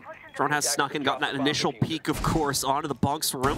We'll be able to establish the fact that we do have that top-down angle to play against as well when they go for that type of play. So FaZe will now be wary of that when they are ready to finally make their execute forward. Moving into walk-in just to make sure there is no lurking pieces of utility to be wary of. They won't find anything there. And the same can be said for the large majority of the rest of the first half, the second floor that FaZe is now in the process of clearing out the trophy. And of course the Arsenal side, undefended currently by M80, so FaZe will take up those initial positions. Some more Selma's down, and oh man, the impact trick. A trick as old as the dirt that I'm standing on, John. The impacts off of the ceiling fan in the classroom. I literally did that like a month ago too, and I could feel myself aging actively. I was like, I learned this when I was like 19 years old. So just pretty funny that, you know, no matter what you know, even from years and years ago, it's still relevant even inside a professional match at the highest degree. Spirits of all people is going to be the one popping open the side door and taking down Cyber from small tower. FaZe not showing any respect to the potential roam game above M80, and they are punished for it. That was an attempt, I believe, to push alongside Spirit's zone play. Trying to go for 2 for 2 here, but player Big Window just loses the confidence to go for it, and especially so after Cyber had already been dropped. No need to take an additional risk there. Both the stuns, I believe, going out here from the lifeline. Not really fishing out too much, but a peek is finally made. Spirits will claim a second target on this round, though this time via Nitro Cell, as he eliminates Souls, and overall FaZe Clan taking a lot of additional damage from that Nitro. Astro down low, but now Astro as well as Vidaking have finally turned the tables a little bit against M80 and have brought it back down to a 3v3. 30 seconds to go though, and they're only just now approaching the very edge of the site, so how exactly are they going to be able to move in and take full control? Well, looks like it's going to go down in games. This would be Vidaking's first successful plan if he gets it. And it indeed will be. Astral will take down Kino. Bullet with a nice frag as well. It's going to be up to Yaga to clutch things up. Knows that there's potential for one on the rotation, but an easy kill for him onto Astro opens things up as well here. He knows that they more than likely have to be playing around the games area. Saw the barrel there. Nice adjustment here from, I believe, Bullet moving around the other space. Some shots, but he's not going to hit the critical headshot needed to try and hit that flick onto Trophy there. FaZe will finally be able to pick up a round after what seems like ages. Had the right read on the situation, just unfortunately couldn't secure that second kill, which would have lined him up for the outright clutch. Nicely done from FaZe, slowing it down, especially after they had picked up those 2 trade kills. Super analyzing the situation there, relying heavily on the drone game to finally find those weak points from M80 where they could get those 2 initial picks and then slowly but surely work the site. Great overwatch for the plan as well. Very much the same thing, finding that blind spot where M80 wouldn't be able to appropriately push out without risking their own players. FaZe Clan are able to get the plant from that, they get the man advantage from that, and then it's just a matter of whittling down the rest of the count from there. Very nicely played from FaZe to at least stabilize things a little bit, but the problem with the scoreboard still sits in front of them. They need 4 more of those just to take us to OT. Yeah, when you're looking at it on a microscopic level, yeah, it's stable, but then you kind of zoom out the lens there, and it's like, well, how stable is 6-2? Like, not as stable as a hammer against carbon fiber. Yeah, that's not very stable. About as stable as your phone battery when it gets pierced. M80, I mean, they're literally just a hair away from taking this victory, and this is the big issue when you get into a situation like this, is it doesn't even have to be M80 winning the round, it just has to be FaZe messing it up. And, you know, so far, M80 has been that much better in a majority of these rounds, so pretty hot water for FaZe at the current moment. Not a chair that I exactly would want to be in myself, but fortunately enough, that's why we get to talk about the game, isn't it, John? Indeed, indeed. So we have FaZe Clan on the board yet again, making their initial play for Garage and some other portions of the first floor here. This is going to be the tertiary site now from M80, so it could be some more good news to the FaZe Clan fans at home here, as this theoretically should be the weakest site for M80 here. Going to be locking it down very quickly, though, as you can see, even electrified doorways there, making it a little bit more difficult for the members of FaZe Clan to try and breach through the split door and get themselves into meeting itself. I mean, technically speaking, if Cyber aims as the Yana clone, isn't he just wasting his time because you move slower? You can't shoot back anyway, so, you know. Yeah, true. maybe he's like preparing for when he has a teammate behind him and they're trying to bait it or something. No, I'm just giving him just a reflex, probably more than anything. Honestly, it's probably just that natural cadence of the map. That's what it always. Like, oh wait, I'm not a real person right now. Give me a second. Yeah, I'm telling you, if you loaded me into Old House right now, my brain would automatically take over and just start T-hunting immediately. I forgot I'm a life-size drone currently.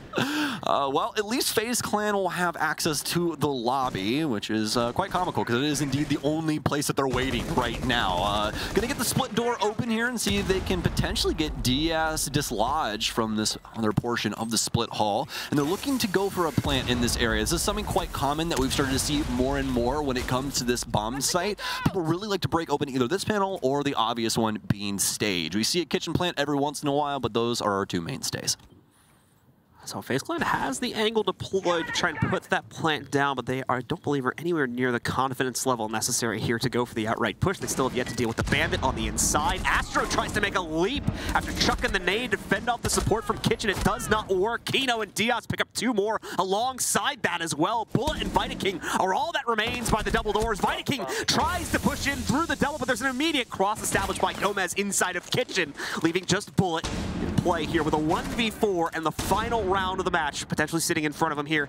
This is looking like the bitter end of map number 1 here, but we'll still stick with him to see what he can give us inside of what is now a 1v3, having claimed his opening kill of the duel here. Nor was even locked as he tries to go back over towards security for a rotate through Kitchen, trying to play the Hail Mary by going for the other site. He doesn't even really have a good way to get case control back either. As you can see, it's sitting in the corner. There should be someone with Overwatch on that case pretty much immediately. Should be Gomez if he's playing the same position as he was when he got the last kill. And indeed, it's actually, I believe, Diaz over there now. As you can see, his health pool getting shrunk down. It's a sliver of what it was a second ago here, but Bullet not really getting anything, not getting the peaks he needs from M80. Now down to just a sliver of HP, 10 seconds as well. Diaz finally finishes things off, and that's going to be M80 giving us a shutdown on their map pick here to start the series off. It is the first map, but Souls 12 kills, the rest of the team 12 kills total, John. That doesn't cut it. It just straight up doesn't. You're never going to win a game like that.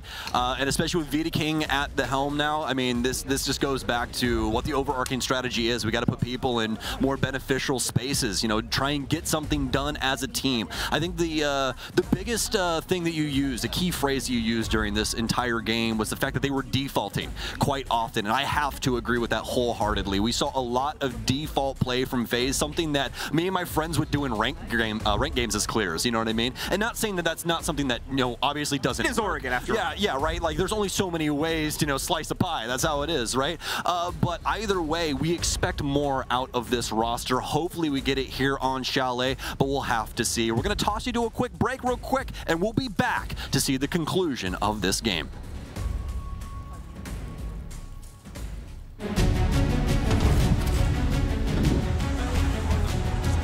Yes.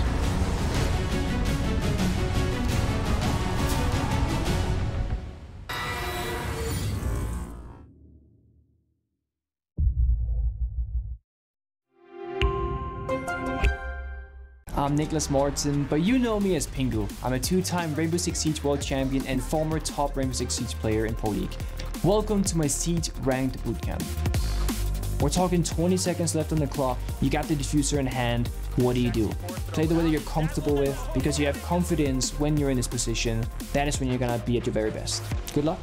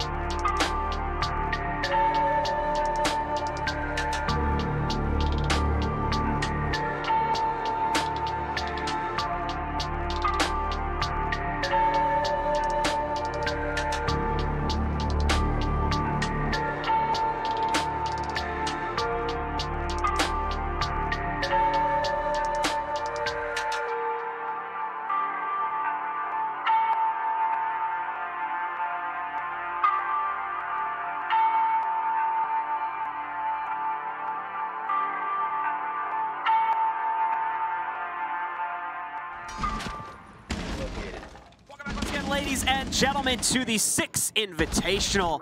We're coming back into you, getting ready for map number 2 between M80 and FaZe Clan. If you just missed it, it was quite the surprise as M80 was able to shut down FaZe Clan here on Oregon 7-2 when everything was said and done here. And you're seeing the quick replays right now here building up to that very final scoreline where FaZe Clan just could not hit the ground running with a very basic style of play here on Oregon. Yeah, it was a highlight reel for M80, able to showcase what the newfound squad is able to do with their new org, and it's been honestly quite interesting to have them here. So much time under their belt with this squad now. That nice little break that we had past the last time that we saw them, which was like October. Yep. So I mean, coming back and playing this well up against especially FaZe Clan that has that new IGL in there and is trying to prove themselves that they're not just cameraman, they can do this. But I mean, as of right now, it's not looking like the case. It looks like M80's really taking it to them, but luckily enough, we still have another map to be able to show and see what could potentially happen. Maybe it's just a bad start for FaZe. Maybe something dire is actually happening. I mean, it's all in the cards. Unfortunately enough, again, we still have a little left in the tank to be able to see what's going on. Yep, absolutely the case. We go from a very well-known, very played out to some extent map over on Oregon, now moving over into Chalet, which is a very complex map in comparison, at least in my opinion, to Oregon there. So definitely going to test the full metal of M80 compared to FaZe Clan, of course, who has that much longer history of playing onto those types. Here's the stats once again for those of you who did miss it. And you can see, as Stokes was mentioning, very much just a highlight reel for M80. Everyone, including Spirits down at the bottom there, having their moments that I can remember over the course of the game. Unfortunately, the same, just not able to be said here for FaZe. And there was also some other Latin American teams that were struggling in a very similar fashion earlier on today. Liquid, a good example of that. Oh yeah, absolutely. I think that their situation a little bit different than this one, I would say. Yeah. Like Liquid, it's really got to be really difficult for them coming in off of what they just experienced in November. So I'm kind of giving them a little bit of a benefit of the doubt to start things off, but that'll quickly get swept under the rug here in days 2 and 3. So come back to me on that one. Okay, gotcha. Well, for FaZe here, they are looking to come back swinging on this second map here, quickly recentering themselves once more. This is the early premiere of Vidaking joining onto this roster as we saw him hop into it just a few days prior, coming up from the Tier 2 Latin American scene.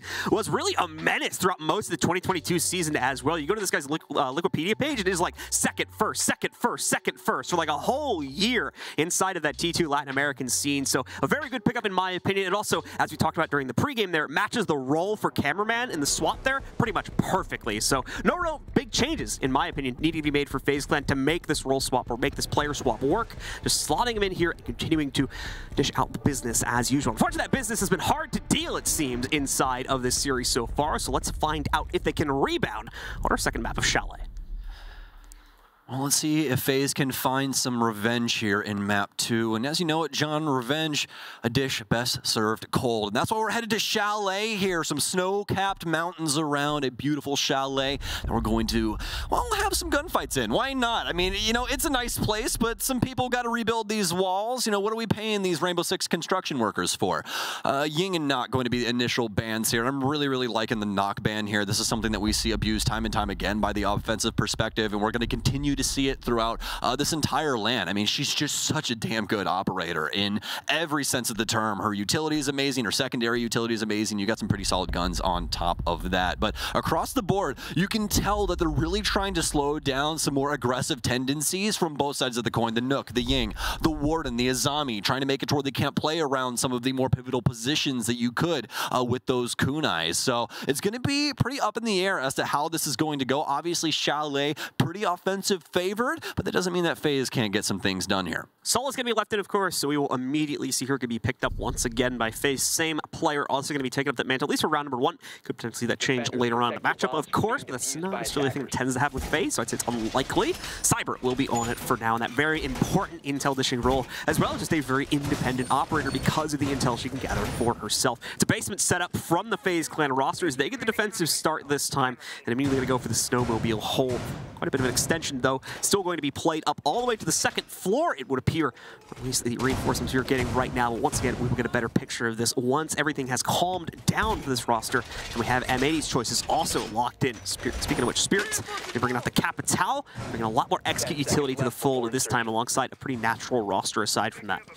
hilarious that they switch out the glass and then bring in the Capital. But, you know, you didn't start with that with like the throw-off strat, you know? Oh, hey, you don't really know what's going to happen here. But, I mean, hey, if it works for them, it works for us. And Capital definitely a really solid operator, especially nowadays. He's got the secondary hard breach, has a pretty solid LMG. Also the para, if you guys haven't tried it with the extended barrel, please do. Not only because the gun sounds amazing, one of my favorite gun sounds in the whole game, but, I mean, that thing can smoke some people nowadays with that extended barrel. It's pretty awesome. So a lot of damage actually happening here to DS. He's going to pre-fire back, and fortunately enough for M80, he will stay alive because past his life, his utility is worth so much more, and that is truly saying something because DS is quite the player.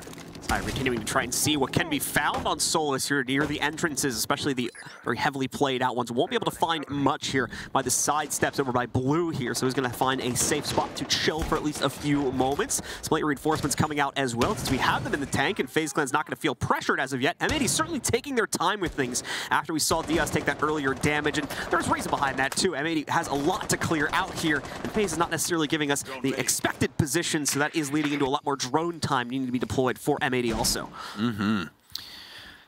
The good news is that Chalet is not that big of a map. So really the processing speed, as long as you got like 45 seconds left, you're still very, very solid. And I mean, Gomez is going to make it a lot easier on him than 45 seconds, isn't he? Especially when he's got Yaga in the wings as well. He'll take down Bullet. And FaZe's entire roam strategy is out the window, John. They didn't even step up to the plate. They just died. Coordination really on point there from M82, more so that the initial fragger there doesn't stay in the situation too long, get picked off by the other one hiding out in bar, even proactively checks the blue rotate as well, make sure to back away from that one. So just M80 playing this so patiently right now, and so smart when they go for these types of executes, so it's making it very difficult for FaZe Clan to fight back against that, as we saw back on the previous map, and of course, inside of that first gunfight there a few seconds prior.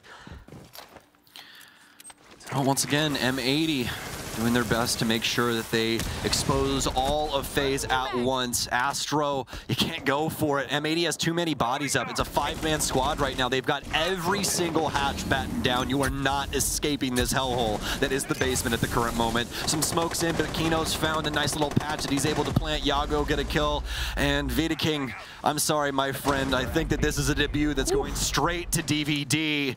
Flawless round there from M80.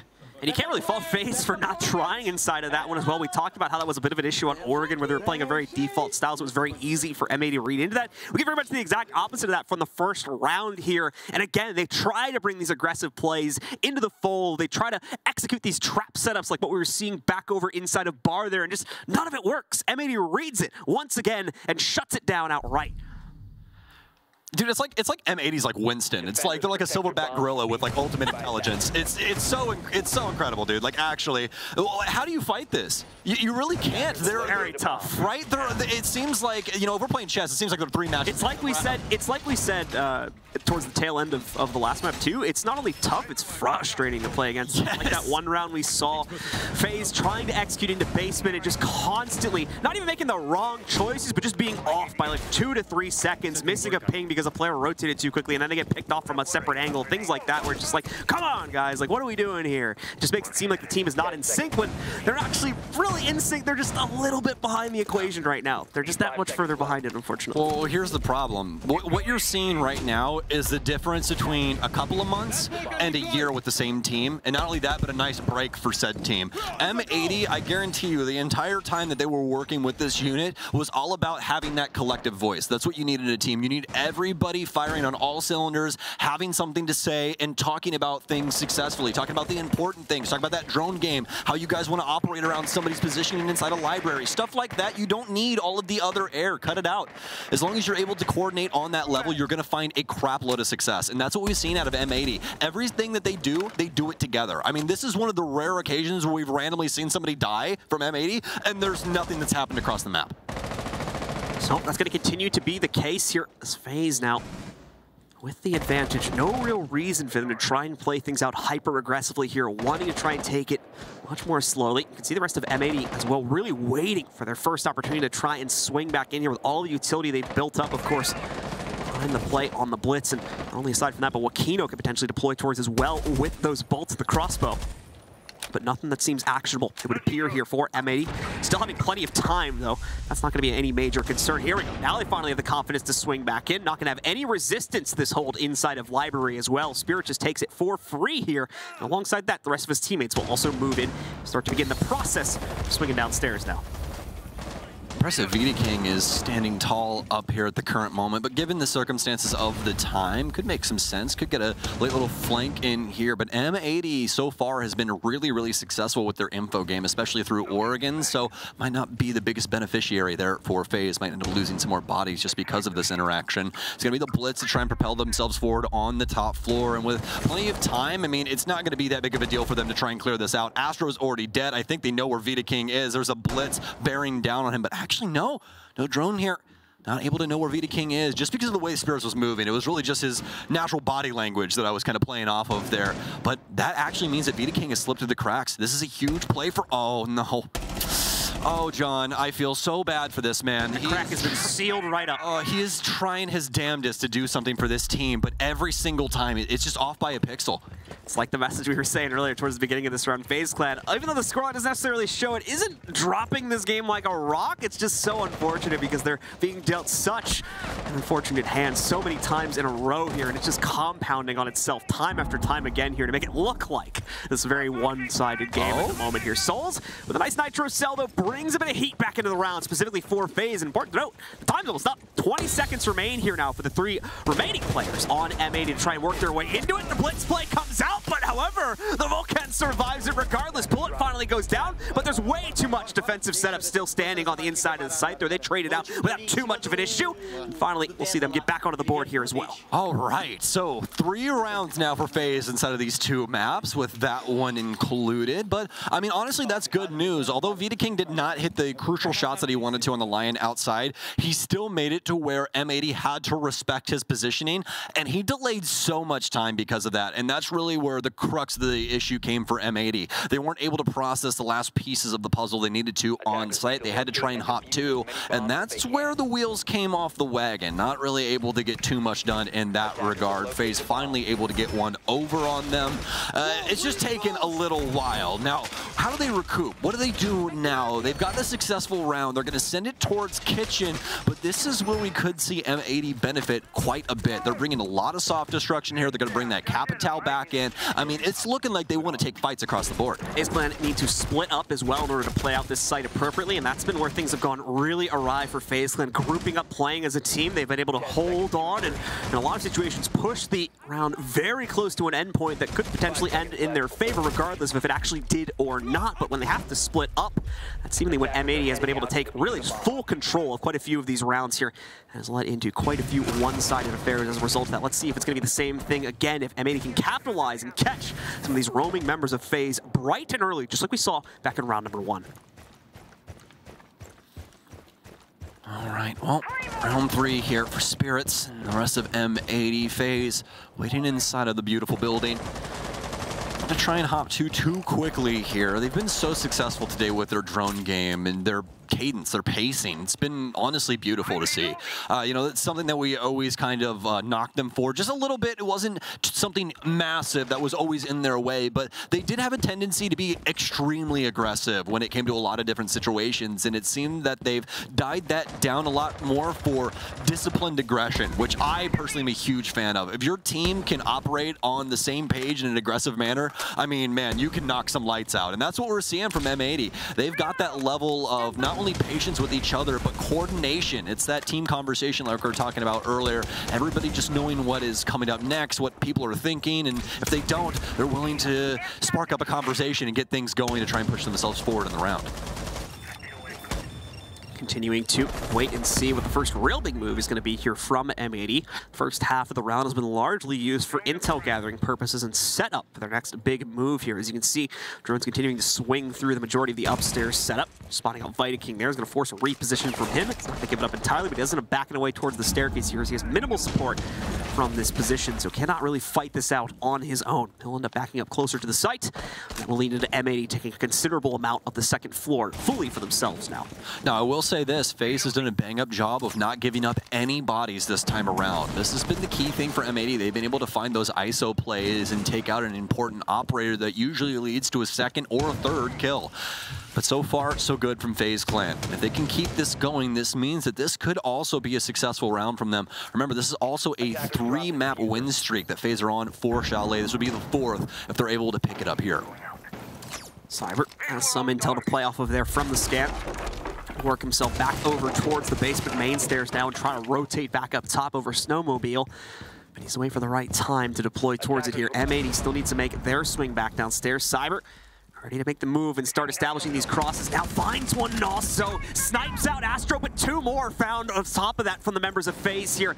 1 kill has been picked up by the attackers, and Gomez finds a second one. Diaz from the outside swing stops the terror from Cyber as well. So M80 back in control after that's been dealt with. Bullet, the only one remaining with the upstairs position to play off of here now inside of the 1v3. He's going to try to lurk over for a top-down position against the plant, but just won't be able to find it. A little too late to the party. It's not working its way. We're going to be way off the mark. Won't affect Bullet in any conceivable way. As of a surprise waiting for him right at the bottom of these stairs, too. Just can't get the angle there. There we go.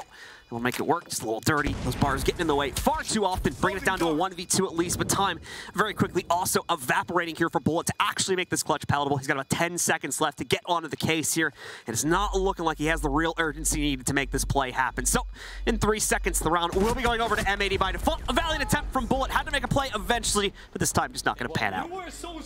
I mean, I do not know how many different ways I can say how impressed I am with M80. With just the cadence, their patience, their ability to strategize and keep themselves alive in the round. I mean, look at this here, guys. FaZe Clan are ahead for the majority of this round, but yet M80 are still able to work it out in the last moment. And not only that, it's through successful angle holding, which is something that we don't see all that often from M80, at least in their past, right? But this time around, we're seeing it especially a lot from Gomez. He is constantly dominating these crosses, these important pieces and rotations that are coming out from FaZe Clan, whether it be Oregon on, you know, some of the small tower stuff that was going on around White Stairs, or for FaZe now with some of these bigger rotations that they're having through Fireplace and, you know, the lower area as well as the balcony. It's just shut down constantly from M80, and it's really interesting that they've been able to kind of build themselves up to this point where it isn't just utter panic when it comes down to those moments like, oh, we have to get something done. They're willing to push themselves down to the absolute finite moments where the round will end and try and get a win. So far, so good from them. I'm, again, extremely impressed, and I don't know how else I can possibly put it. Did he get it? I don't think he did. Oh, he got it. He finally did. Okay. He got it. It just took him like 10 I was sitting here delaying because I was like, what else are we going to talk about? Yeah, Astro finally got his Electro Claw down, so that's good. And also, hopefully this basement round is somewhat successful. They really need a big boon here. Let's see if they can find it. Like we saw before, M80 has already run away with one of these maps back over on Oregon, looking to achieve a second in a row against one of the best and greatest Latin America themselves has to offer. Great pre-fire from Cyber coming up the rappel. Yaga won't even know what hit him there, going down for the count. Good news is down in a very neutral area, so should be able to be revived, but obviously going to be much worse for wear on the HP side of things, and no Finka this time. So worried there for just a split second. I thought Gomez was just gonna full-on send it into sight there. That would have definitely thrown a spanner in the mix, but that'll be enough as he takes down Bullet. Almost gets another one on Cyber. He's going to pre-fire, tosses a nitro cell. Almost shoots it out of the sky, but it will at least deal some damage to Kino.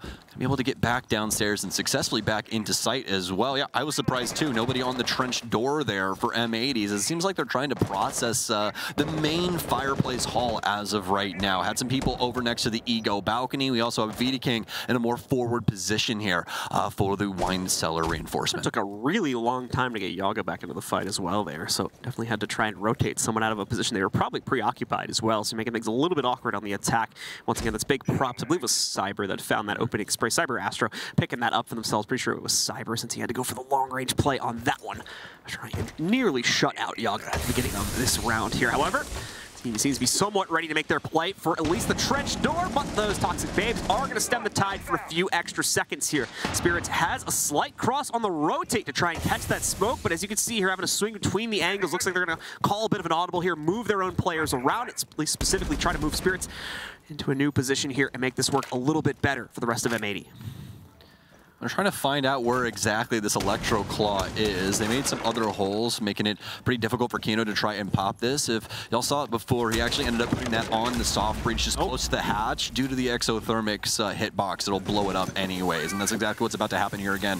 Kaboom! There you go. Hatch is open. Even though it was Electro Claw, you can still work your way around it. Pretty magical stuff. And you know what else is magical? The fairy dust that's been sprinkled over M80. It's got to be Miracle Grow, John. These guys are firing on all cylinders. Cyber, wake up, Samurai. We have a city to burn. He's going to be able to get 2. A little bit more would be great, please, if you can, Cyber. FaZe is counting on it. It's 2 left for M80 and very low on the clock. They've got some hot pings on the drop coming, but Cyber's not prepared for the smoke and the dash in from the main stairs. Kino's going to put the plant down. Vidaking has no way to shut this down. A beautiful shot, but Kino's going to be able to get this plant. It's down to the 1 versus 1. Lock him in. Oh, he's made it upstairs. Time for some rust, baby. Back in the day. Let's get it. Onto the stairwell we go. Quick shots back and forth, but it's going to be a trade. Something you seldom see in Siege. The 1 versus 1 after the post plant, and they both want that gunfight so bad. But since the case is down, it's M80's round. M80 keeping the focus on the objective this time. And even though both teams were very evenly matched in the fragging game, which has been a rare occurrence so far in this series, FaZe Clan maybe starting to heat things up a little bit here. M80 still with the extra focus on the OBJ. He's able to get that plant down, and as a result of the trade, since, well, no one's left alive to be able to get the counter defuse off, by default, it goes to the attackers. Oh, man. Always just a single move away from victory is FaZe. Every single time. I feel for them. My heart goes out. Because Cyber, he makes the play. He does. He kills everybody trying to execute into the site. But just simply stepping up, trying to kill the player inside of the closet was the one misstep. And he gets gunned down by Kino on the main stairs, allowing him to quickly transition into that plant. And, you know, it's really hard fought. You know, like, it's not like it's exactly a thing where it's like, oh, you know, that's a huge critical blunder from me. He more than likely didn't exactly know what was going to be going on around those main stairs, but it's just those little moments like that where it's like, instead of, you know, occupying this, you know, not the stairs, but rather the closet drop and swing the stairs, that might be a successful round from them. But since he chose the other route, things just don't work out. And it's always just those little moments, it seems like, for FaZe that have really been biting them in the rear so far for this best of 3. The tack has been used, of course, for FaZe, so no opportunity to potentially try and use it in the second half if issues pop up there as well. M80 also, of course, going to be beneficial to this pause time. We'll be able to use it to see what has potentially been going wrong inside of the mid-rounds for themselves, getting that input from their own coach to see what potentially improve on us. It hasn't necessarily been perfect for them here on this map. Definitely a little bit more of a rocky road to victory compared to what we were seeing on Oregon, but to be fair, they're still getting the job done without too much of an issue here at 3-1. Quite a few repicks showing up for them as well on this round. All 3 of them being locked in now. The Dokkaebi in play. The Ace is swapped over from another player, I believe. And then, of course, the all but expected Yana there on Gomez. All right, well, the good news is that, well, at least Cyber is now at the helm for FaZe in the frag department. The bad news is nobody else is really pulling all that much weight. Souls is still here, 3-3, and we'll continue to see how this goes for the rest of the game, but it's starting to once again look like a one-man army, and that's not what we want out of this FaZe squad. M80 firing on all cylinders and looking to get even more done as Astro gets gunned down inside of the main kitchen hallway. Gomez already right inside, and why not? He's got somebody to refrag him right behind him, just keep rolling. There's nobody here to stop him. Might as well walk up to the site and just try and get in some fights here. And actually, him stopping is going to be the thing that kills him. Him stopping in the hallway is going to allow Souls to rotate down that stairwell. The timings were perfect for him to just slip past. But since he stops, well, you see the shoes on the other foot. They're going to be able to refrag that situation. And M80 now into the 4 versus 4. That'll even us back out here. Now things will probably quiet down for the next minute or so. M80 trying to figure out what their next appropriate move is going to be. As of a few seconds prior, quite a few of them more than likely kind of winding up the follow through Gomez if he did find success on the entry there. But now they need to fall back upon plan B, which is going to involve quite a few players repositioning. You can see Kino working his way up to Ego here to try and work himself in through the office doorway. Other teammates setting up for similar positions to try and take just overall second floor control. Another kill is not going to hurt the situation either. Kino with some good timing there on the peak versus Souls, now getting revenge for the downing of Gomez earlier in the round. Very surprised that they're going so aggressive here because M80 has been so good at capitalizing on those swings, but Soul's feeling himself. It's just not happening like it was when it came to Oregon, where we saw him taking out M80 player after M80 player. This time it's going to be the trade back and forth here for him. Vita King's to be able to tag some people up with the ump. Definitely not the greatest gun in the game, but it can get the job done, especially if you can get those headshots. And have some Selma charges going out. It's going to burn up all of the utility here, and eventually they'll open things up for Library. A hatch also down low, and what a beautiful angle there from Cyber to take down Spirits.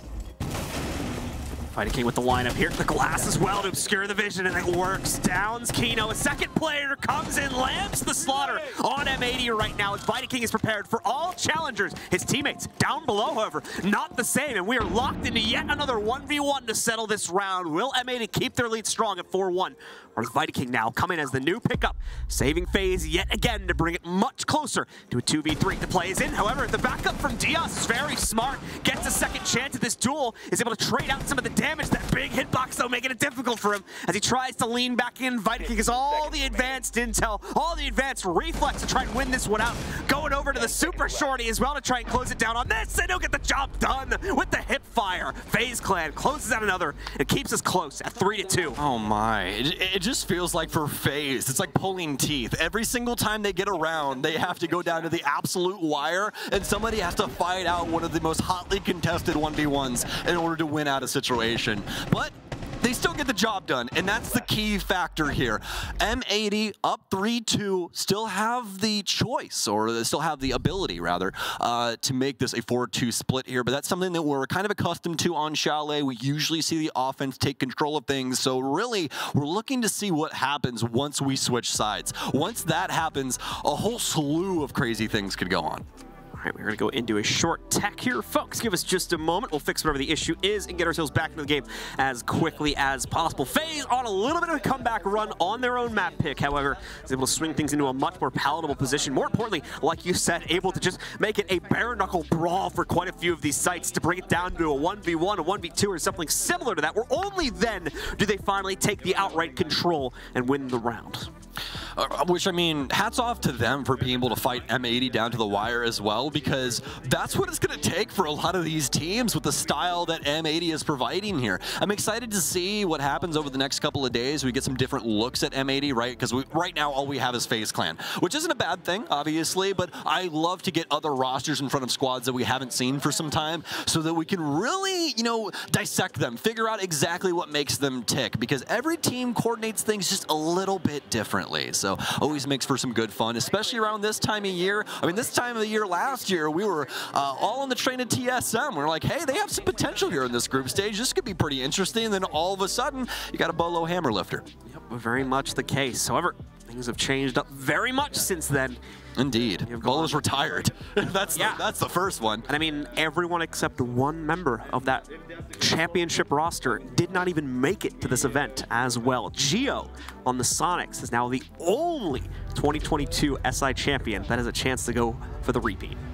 And what a squad to do it with as well. I mean, like, if you wanted to have the ability to try and go back and back, or back to back, like we saw from Penku and Penta/G2 back in the day, then I don't know if there's a better squad to really ask for. I mean, that is a bang-up roster. There's not a single person in that roster I look at it and go like, oh, you're kind of expendable. Like, no, it just doesn't exist. It just doesn't exist. All right, guys, so we are back in the game now. Appreciate your patience on that. Just had a quick technical issue to sort through. We have been able to successfully do that, I do believe, and we are now live once again with the matchup here. M80 still in front of the charge, but just barely.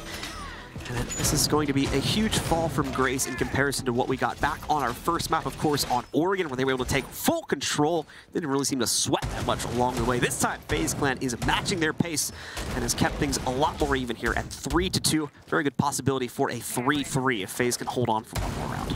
Yeah, I mean, this is the map that we're expecting to FaZe Clan to do something on, and so far they've actually been showing up, which is awesome. But you know, the key thing is that they're on a 3-map win streak when it comes to Chalet. So I mean, really, this is where you would expect them to take it to M80, but they're still neck and neck. I'm excited to see how the rest of this round goes here.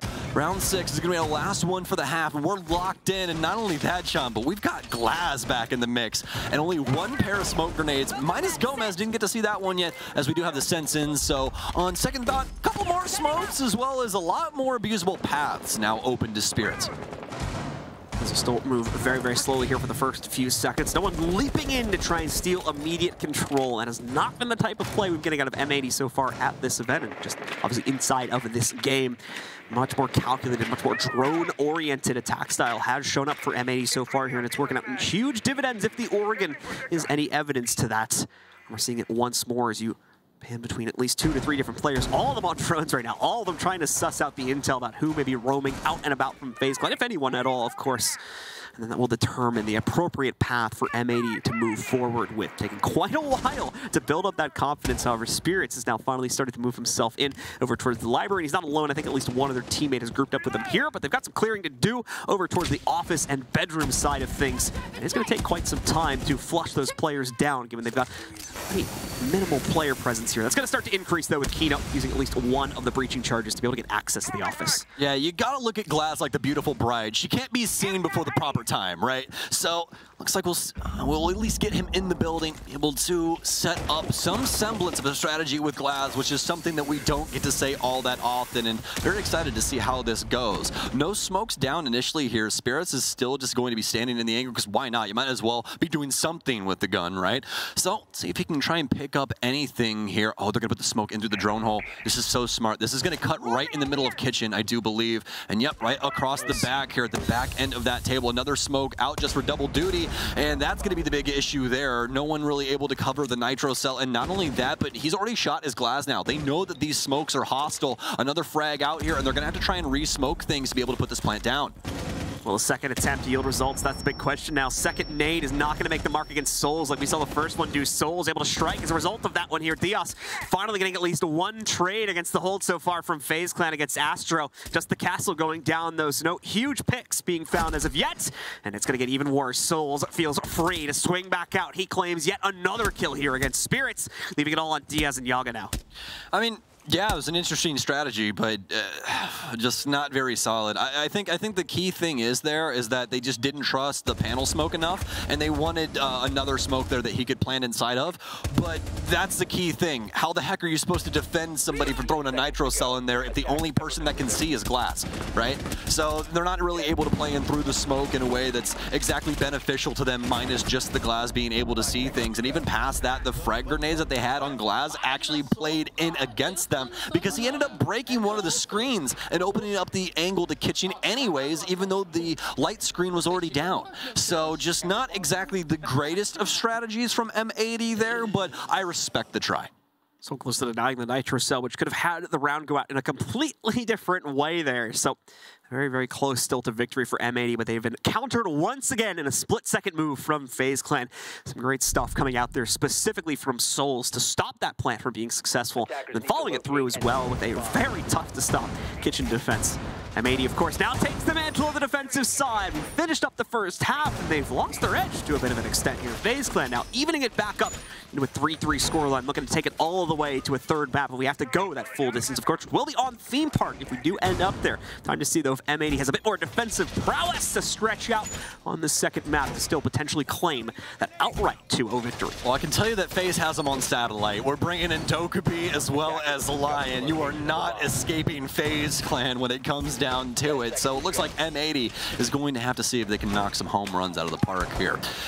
Some successful gunfights would definitely benefit them in their near future, but what's that near future really building up to be? Are we going to have some roaming strategies? Spirits is going to break open some soft paneling upstairs, going to open up some other avenues for his players to move around, and don't exactly think that he's going to be one of the players rather sticking around on this top floor, but I could eat my words. I mean, those smoke grenades find so many different uses. They are one of the best utilities in the whole game. As long as you're using them in the round, that's really all you need to be doing. So could potentially see him delaying some things at the top of the stairwell, maybe things around library. It's just hard to tell whenever those positions can switch up. But the position for FaZe is pretty well known. They're going to be starting things off on the small garage here, blowing open Snowmobile and doing what is usually everybody's first task when it comes to this basement defense.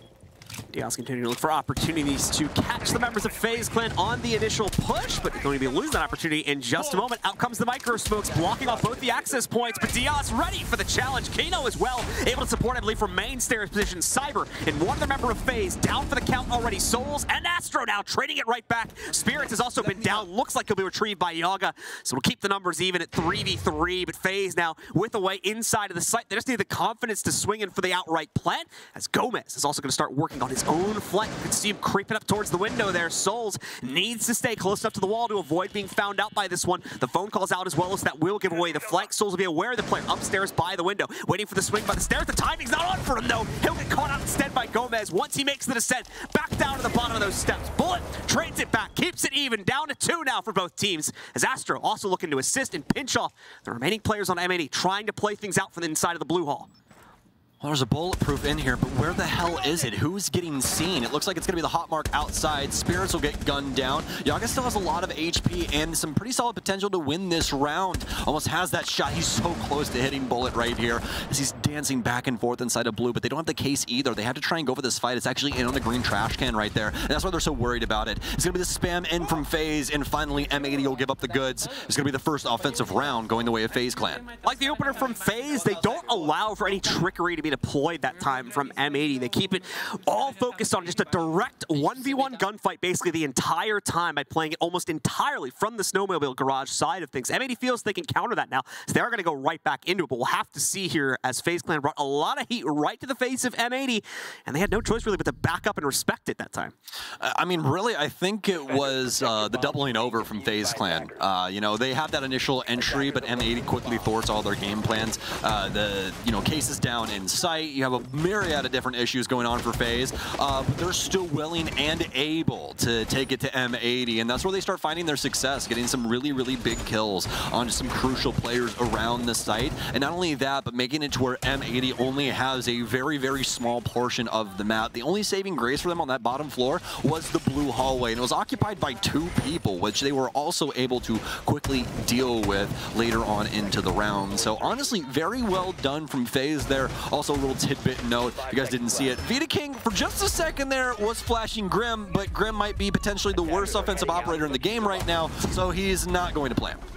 So no Grim being deployed this time around. Like Stokes said, just not finding a whole lot of use for him in quite a few avenues. So it's going to be a very rare pick when he does pop up. I was going to be mean. I'm not going to be mean. Away from that, we do have Solus at least. This talked plenty about her earlier on in the broadcast.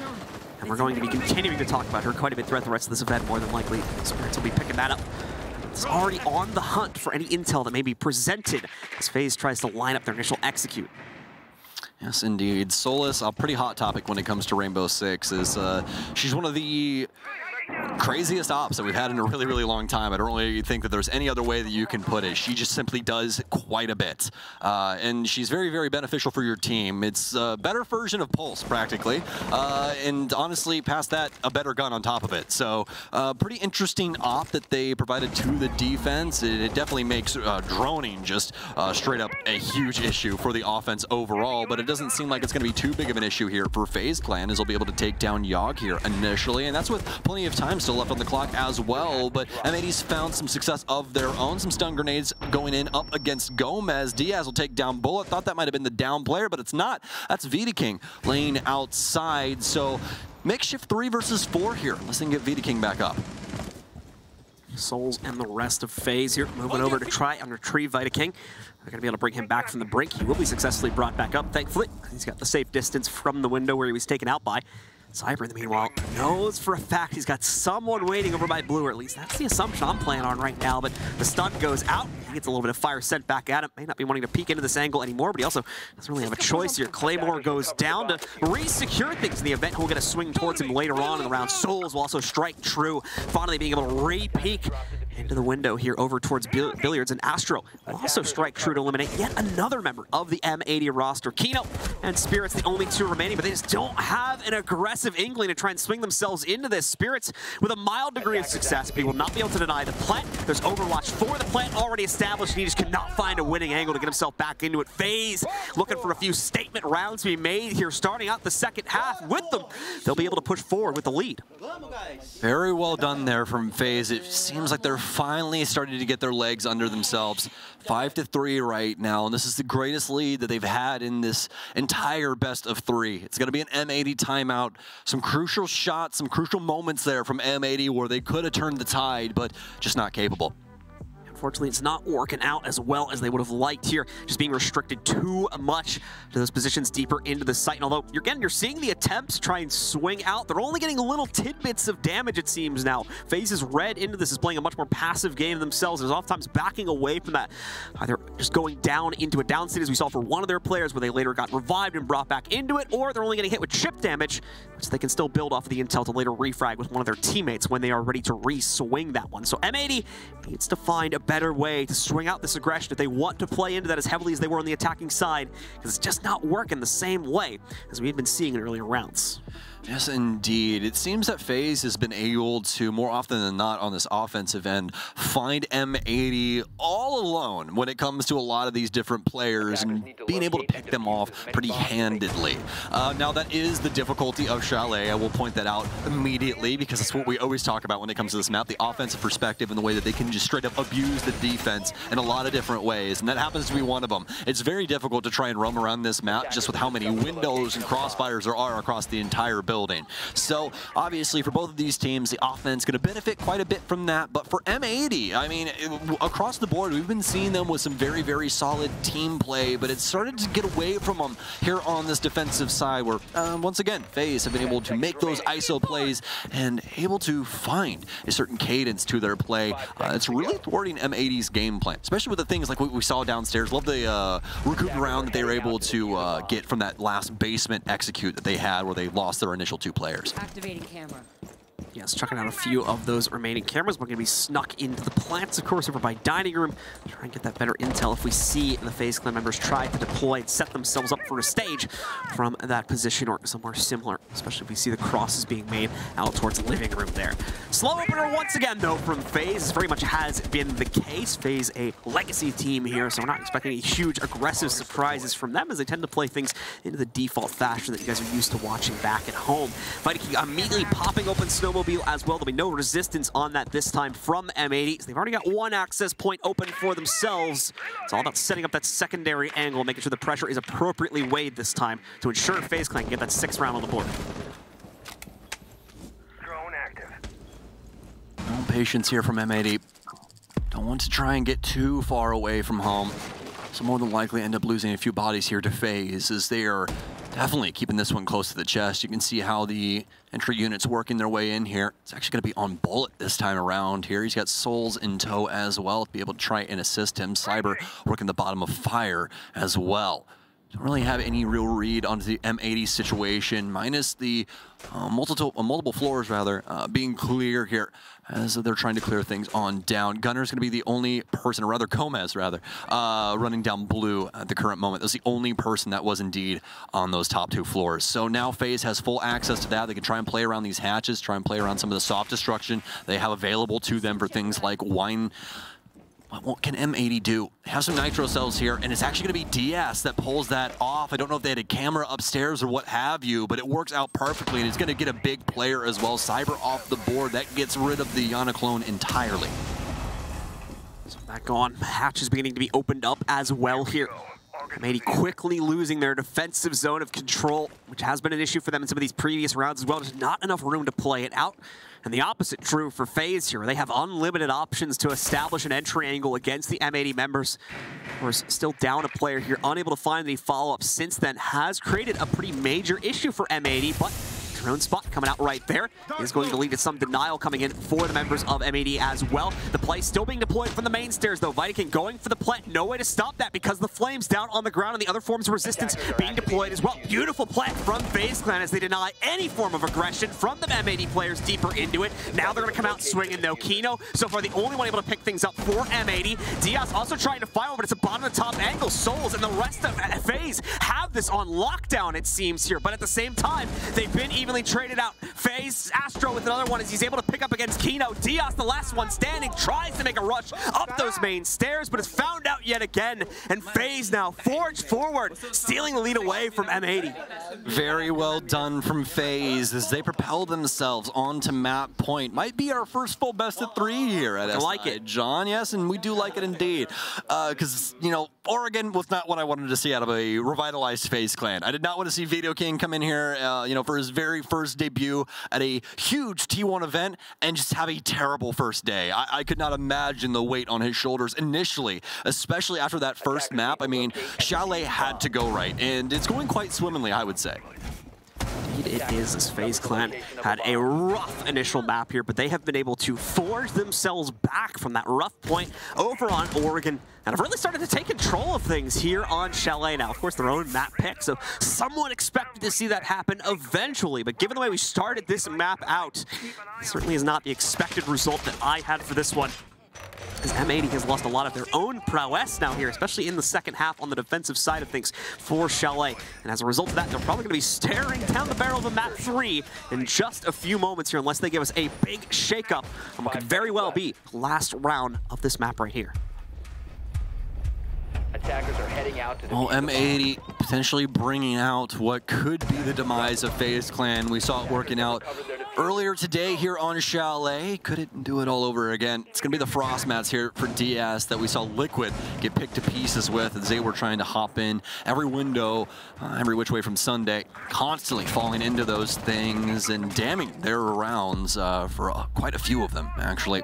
So it looks like we're about 30 seconds in here now as FaZe is going to be working the outside of the building. We got the IQ in tow to try and assist with some of the clearance, getting through some of these electronics as well as these hard to reach areas or cameras or even bodies when it comes to Kino and that Solus.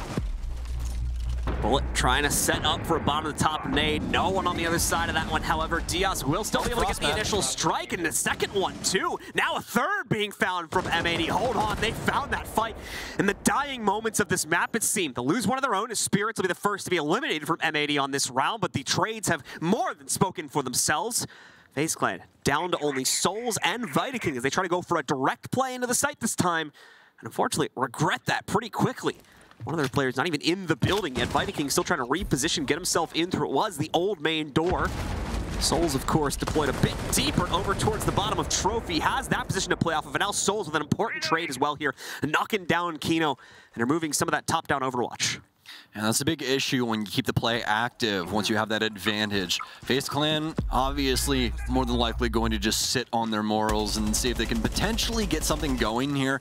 You know, like see if somebody can rotate into some of the angles that they're going to hold. The patience game, very key for them in that moment. They really need M80 to mess up, and they're going to provide as Spirits will roll across the top floor and quickly get gunned down from FaZe. So now M80 still in the lead, but some potential building for FaZe. Vitaking continuing to swing himself around here to try to wind up for a big play that Souls can rebound off of here as well. Needs to still be able to get back that case control. See Souls trying to regroup directly behind Vitaking. Play to his trade, but wow, it works the opposite fashion here. Instead, it's going to be Souls going down first. Vitaking uses it as a bit of a bait to find his first trade. 2 more kills still need to be found, though. Nitro to open up some top-down control here and potentially stop the plan outright and the round outright if he can get through those darn bars. There we go. Yaga finally knocking out the last player alive from FaZe and saving the team for now on the second map. I thought it was Spirits there for a moment. I can't remember who was actually upstairs on the cap can, but whoever it was, no, Yogg killed him from downstairs. Oh, you're talking earlier in the round. No, that exact situation, the guy upstairs didn't kill him. Oh, no, my bad. No, Yogg killed him. Oh, I didn't even realize. Yeah, Yogg killed him from the dining hallway. That's what I was getting at. Yeah. So I thought it was the top-down guy. No. He eventually got him. But no, it wasn't at all. It wasn't at all, which is absolutely hilarious because bars and Siege are an absolute troll. Like, sometimes you're just trying to slip those things through the cracks, man, and they just do not land. Just rang the dinner bell to distract me. That's all it was. What's this annoying racket going on upstairs? Yeah. Oh my! But the key thing about that round, you want to hold hands or something? Okay. Are you sure? Yeah. It's like everybody. John just touched my hand in case you guys were wondering. We just touched pinkies. Yeah, it was nice. It was nice. My fiance's all the way upstairs. I need a hug every once in a while, you know? I mean, but either way, M80 bringing the bane of everybody's existence on Chalet once again, apparently. I can't believe that this is actually happening, but the Frost Mats today especially have been so dominant in killing people. I mean, it's making my head spin. There's 2 on the other window as well. Yeah, there you go, my friend. Thank you. Even do like the slight off angle with that one again too, just to really tick off anyone from FaZe that wants to move in here. Dude, you're always gonna notice that after I pointed that out. That little move, John, it always throws everybody off. The amount of people that you can tell just by simply placing a Frost map properly, I mean, it's just a beautiful thing. All right, well, let's see if it's going to be enough to get them another round here. Still 2 to go, and they need to be perfect here from M80. No interruptions along the way. Otherwise, FaZe Clan triggers map 3, which is a single round win here. FaZe taking it nice and slow, playing to an opening attacker default. Going to be playing heavily into their own drone game, as well as just trying to set up these angles. Cyber, though! Oh, no! It seemed like Gomez had him dead to rights. Damage hitting Cyber before he even got to the top of the ladder, but he's able to get through the animation and trade it out. Spirits, though, and like 2 other players from M80, though, definitely making sure that that kill didn't get away, as he's going to be able to trade that one back out down to a 4v4 very quickly with the hop out from bathroom. Yeah, taking a look under the hood at M80, it still seems like they got some X-Set in them, isn't that right? Getting out of that balcony and that refrag might be the biggest shot heard around the world when it comes to this map here, and specifically between these 2. Nothing too far-fetched, but definitely something that M80 needed to accomplish. Getting that big kill onto Cyber, just really getting a kill onto anybody. The refrag had to come through, but now what does M80 do with it? They've been able to equalize, but now they need to pull ahead. Popping off one of the EE1D charges here as he tries to move a bit deeper into the building. Nothing being presented, though. M80 goes quiet as a mouse until they don't need to. As we see Spirits locking in another frag here. This time it's going to be Astro falling down. 0 Hams now going to be eliminated from play here. Could have been some great late round intel deeper into the site. Potentially figure out where the play was going to be deployed from by M80. Now they've lost it. Final EE1D charge, I believe. At least trying to go out there, but Bullet able to use it to lock in. Another frag against Kino here. Takes him down. Equalizes things yet again into a 3v3. It's still a pretty healthy amount of time when all things are considered here for FaZe Clan, especially when you look at the fact that they're already right outside of the bar itself. Yeah, and the greatest news of all for FaZe, past that being that they've dealt some considerable damage, but you can say the same for M80. They've forced FaZe to use the majority of their utility. They still have some stuns, they still have a frag grenade, but they don't have any execute utility. They don't have any EE1Ds or phone calls to try and assist them, so it's going to be the straight up gunfights against the last 2 remaining members of M80. Make it 1 remaining member of M80. I guess if you wait long enough, maybe they'll just mill around the pasture. You can just pick them off 1 by 1.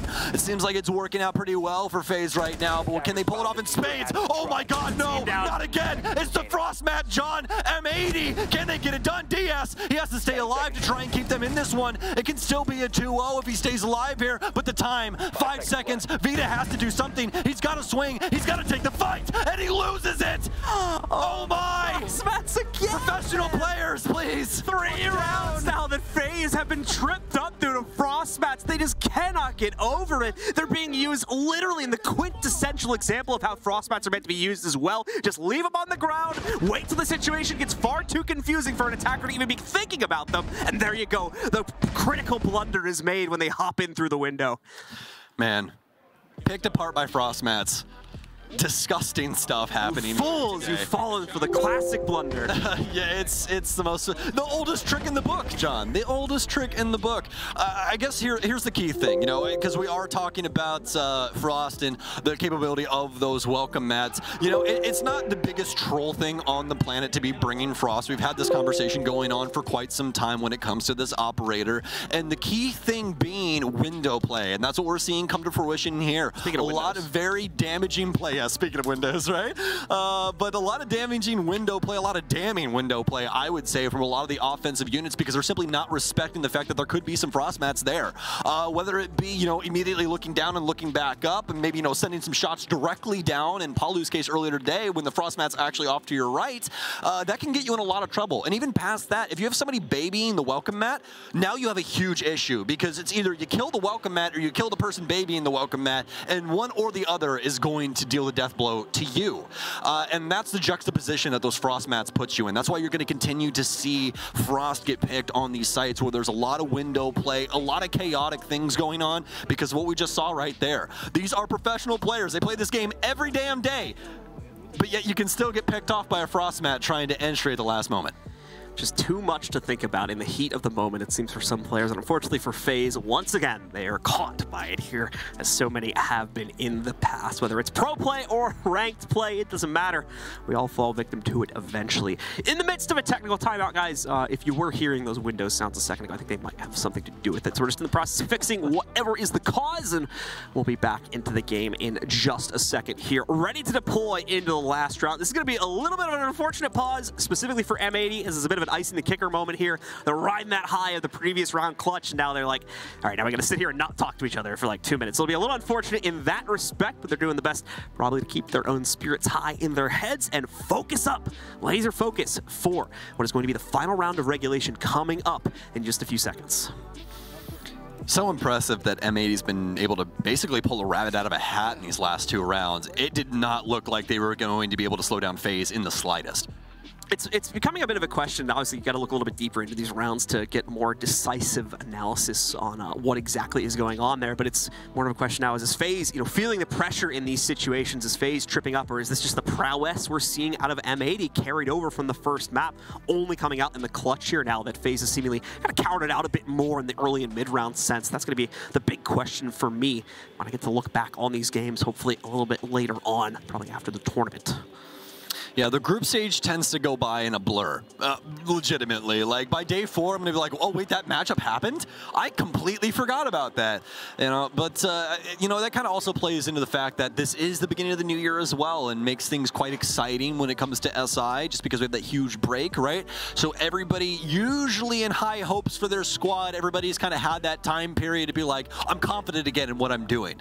But then the first day starts to kind of send some people into some shambles. It tends to happen sometimes when you end up losing some stuff that you didn't necessarily plan to have work out that way. So we'll see if that could potentially be an issue here for FaZe, because I highly doubt that they thought they were going to walk in here and lose to M80, especially in a potential 2-0 fashion.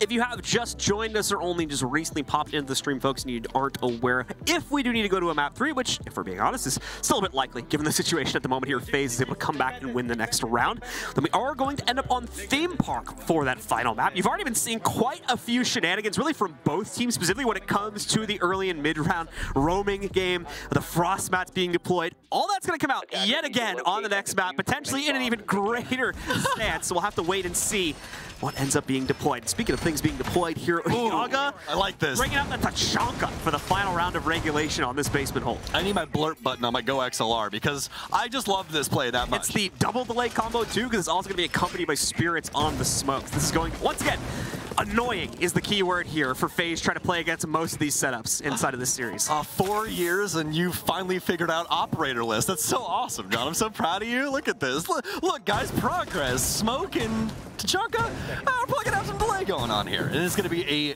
gorgeous, gorgeous setup. I agree with you, my friend, especially because, and I know you already know this, I'm giving you grief, but it's going to be that blue hall that we're going to be seeing just constantly abused by M80 as they track back and forth, because they can prevent Wine, they can prevent Garage, and they can prevent Blue all at the same time as long as they are ahead of the game for FaZe. If they know where they're going to be starting off on, this is going to be quite easy for them to deliver the utility properly.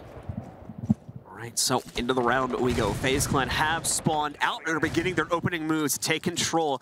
Early emphasis going on to places like Library, but we're not actually seeing them set up to fully take it away just yet. Quite a bit of an upstairs extension from M80 as well. At least 2, if not 3 players trying to extend themselves into a first or second floor position. Attempted a bandit trick from Diaz, but I think he had the wrong read on the panel there. Quickly cancels it, backs away into the side hall here as the snowmobile wall is gone this early on.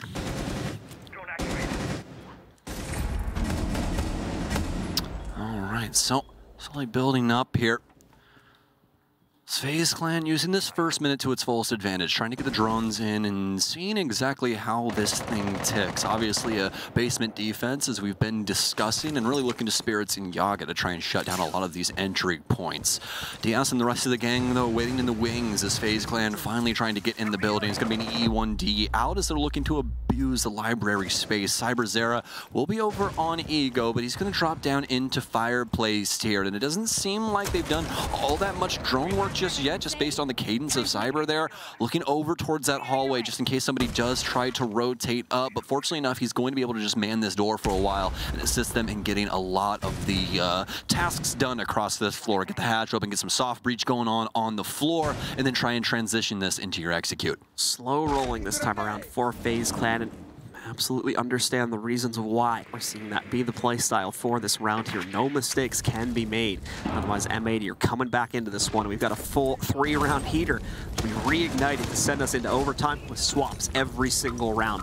The nade from Soul's ready to be deployed. The dump is in as well. The nade lands perfectly on top of Gomez. Goes a little bit too far though, so it won't outright kill him, just downs him. But from that position, there is no way he's getting back up. Souls makes sure of it as well with a second nade going onto the ground. 45 seconds remain, so still a little bit of excess time, but they are still being held up by all that delay utility. And here's the biggest issue. Yaga still has 7, now 6 fire grenades. Spirit still has all of his smokes. All 3, and that's 30 seconds, which is about to be in 2, 1, 0 execute time. Does the smokes get it done? They're going to toss him on in. Yaga's going to take some serious damage. Vidaking as well as he tries to get aggressive. He's found an area to try and put this plant down. Kino with a big kill, but I don't think that he knows that this plant's going down right on the other side of this soft wall. Anyway. It's going to get canceled out here. Have somebody playing around the main stairs as well. Vita's going to start it again, but he heard it this time. Oh, Kino! Some big kills! 3-2 now. M80, they can get it done. This could be overtime. Back and forth we go. 4 seconds remaining. Astro has to stick it, and that's going to be all she wrote. M80 gets it done.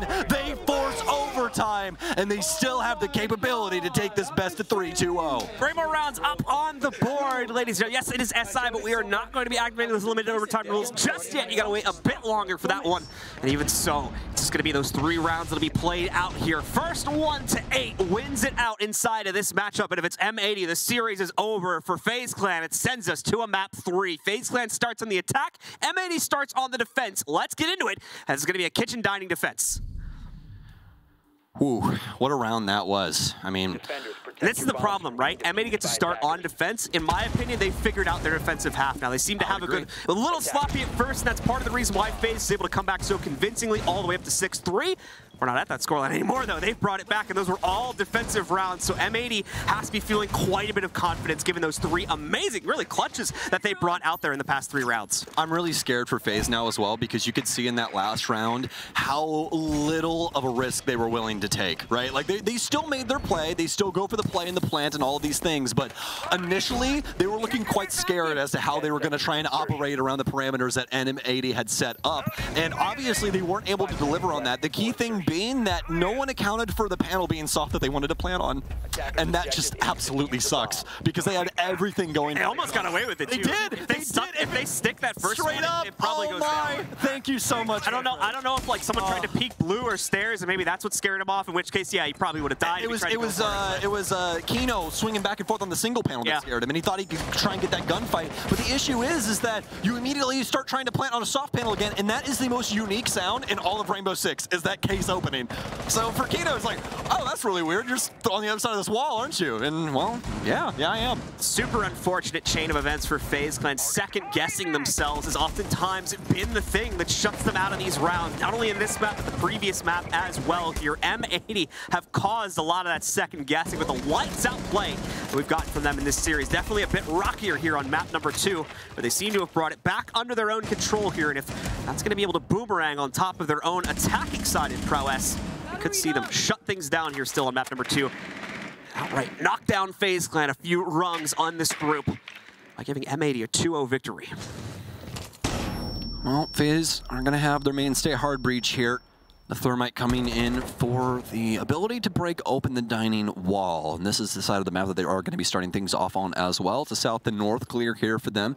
Saw a few bodies from M80 across this top floor as well. Gomez, Spirits, and Yaga all there. But now with this breach, a gaping hole in the side of kitchen dining, they're more than likely going to try and hightail it into some gunfights. You can see Yaga trying to go fishing out on the Ego balcony, but FaZe Clan, they're staying back. They don't want to try and expose themselves too heavily here. Some frag grenades out to get rid of the deployable shield inside of dining that's protecting the rotation there for the defenders, just making things a little bit easier for the offense to try and abuse some of those kitchen players, and that's exactly what's going to happen. Kino almost dying, all because that frag grenade did indeed remove that shield.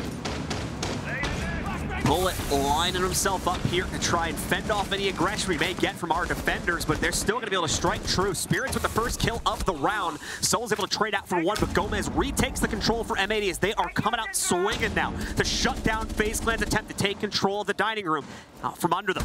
Shots coming in upstairs as well here. Spirits still able to win the fight out for M80. They're in a good position to close it down yet again here and now take the lead away from FaZe Clan. FaZe Clan had 3 separate attempts to win this game, starting from a 6-3 point, and they were unable to do so. And now, after going that full distance, they're about to lose the lead as well here if they cannot rebound from their current position. An outcome that looks incredibly likely when we see these last few kills roll in. M80 now in front of the charge yet again at 7-6. Who would have expected it to play out this way? Definitely not me. Definitely not me. I can't. Like even they're talking about it right now. They're like, we won 3 attacks, we won another. Like we're good. Yeah. Yeah. I can almost guarantee you that there has been a lot of crap talked in Portuguese from M80. Just been like, you can't do anything. Like, it's just so unfortunate for FaZe right now because they are in utter free fall. That's what we're seeing from them right now. They're not able to get a single thing into their camp that's beneficial at all throughout these last rounds. It just seems to be the M80 show, the M80 world, and we're living in it. FaZe Clan has got to do something here. This is, once again, the debut for Vidiking when it comes to T1 tournaments. This is his first SI, and I would hate to see it go out in such a way. But, I mean, beggars can't be choosers, man. That's just how things go sometimes. You don't always get your initial victories, but it's how things go after that. And hey, what? Still got 4 other games. That's true. Exactly. They're best of 3s. Exactly. And that's not out yet. And that's what we're getting at, is that FaZe Clan, they're not out of the thick of it, right? They still have a lot of games to go, and there's more than likely growing pains going on with this squad. I mean, they're playing up against a team that has been together for over a year and also had a very solid amount of time to be able to recreate themselves at the tail end of last year. Make a good point here. FaZe Clan also had started to figure things out towards the tail end of their defensive half, so there's a good opportunity still for them to surprise a bit here. What? Yeah, really? Oh, no, I know. It's because the bomb site we're on. I didn't see the bomb chassis just yet. They did that so that Gara hooks can't just like fly in. She just immediately die. I get that much, but yeah, that's like a lot of utility for you are absolutely a chance operator pick. I mean, and again, I get M80 was using them quite a bit in the previous map too, but like Cyber. I mean, I guess you say the guy's name, he kills somebody, so Cyber?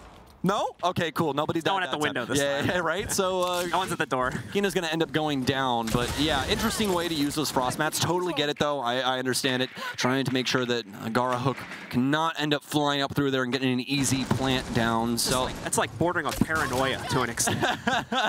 They got a bunker underneath their house right now. We don't even get access to that portion of Chalet.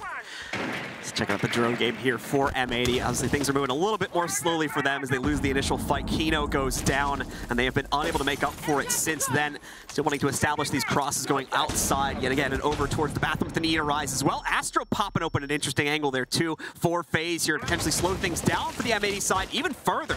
Astro can swing into this, of course, take the risk on another duel, and the risk will pay off.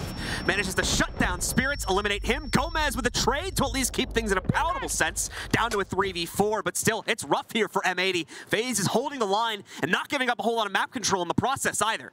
Yeah, so unbelievably rough. Both of these teams just seem to be so well met when it comes to the defensive side, able to constantly take it to the offense in a pretty considerable fashion, and it's making it so very difficult for a lot of these angles to be upkept from M80. Astro, that was a critical moment there from him, and once again, he almost got it, yes, and he will eventually shut it down, but it's going to be down to the 2 versus 2 now. This is something that should have never happened to FaZe.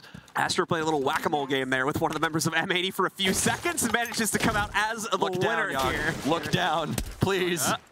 He's not going to go for it. Is he going to go for the other window? What's going to happen? I'm so worried. I'm so scared of frost mats right now. And problem is, so I was going to say the paranoia is now hitting me. He's making this play alone regardless of what he does, so he has to second guess every single little maneuver he makes. He's probably thinking about things like the frost mats there, as you were talking about when he looks at that one window like, maybe he's gone for this one. Astro with another lineup though, secures yet another kill here. Yaga goes down outright. Diaz not even in the building yet as well. Tries to go for the swing, and immediately waiting for him is a Nitro cell. FaZe holds on. We go to the full 15. Just let that one sing for a moment, because I honestly didn't think that we were going to be going the full 15, especially with how things started off on Oregon. I thought this was going to be a pretty quick 2-0 here from M80 with how things started off. But for FaZe, they've been able to battle back and at least stay in it. That was their first round in quite some time as well. Remember, M80 had gotten 4 rounds in a row. Finally, FaZe able to get some semblance of control under themselves, but it takes down to the wire yet again here. Now, what is to say for M80? What is the strategy? Well, they're going to go downstairs, and not only that, they're going to provide what they did the last time. We're going to have Kino back on the laser gate wielding Aruni, and we're going to have the smoke Tachanka combo for the double denial to try and slow down FaZe on their initial execution. We saw this really benefit M80, especially over near the main stairs, where we saw Yaga get away with so much from inside of blue. It all comes down to this for both teams as well here. The final round of play coming up. More pressure on M80 at this point, I would say, though, as they're looking to try and close this one down. FaZe Clan, of course, staring down the barrel of the outright 0-2 loss. Certainly worrisome for them. That pressure won't come into full fruition, I don't think, until we're deeper into that third map, when they realize that, yes, we are truly back into the series and we have a chance to close it down. I don't think that's necessarily hit them yet here. So for M80, now it's about keeping the perfect series alive and denying the comeback from FaZe on this final round. M80 also on the defensive side, where they've had the most recent growth in their play just at the end of the regulation half here. So that is going to create a bit more of an obstacle for FaZe Clan to work themselves into. We're immediately seeing that here. Bullet being taken down to a sliver of HP from a very awkward angle just outside a car garage. Oh, man. My friends and I have a phrase that we always say when we see something like that, and it's like, oh, man, they want it so much more than us, don't they? Man, they want this elo so bad. But, I mean, it makes sense when it comes to this, man. This is a full-blown tournament. If there is a time to pull out the cheekiest damn thing you've ever seen, it's at max OT up against a team you're trying to put in a 2-0 hold. M80 getting some serious damage off on Bullet, and they have no way to try and recruit any of that. No Finka here at all. Cyber's going to take down Spirits, though. He just has not been having the greatest of days, even though he has had his moments, but not up to that usual snuff that we see from Spirits.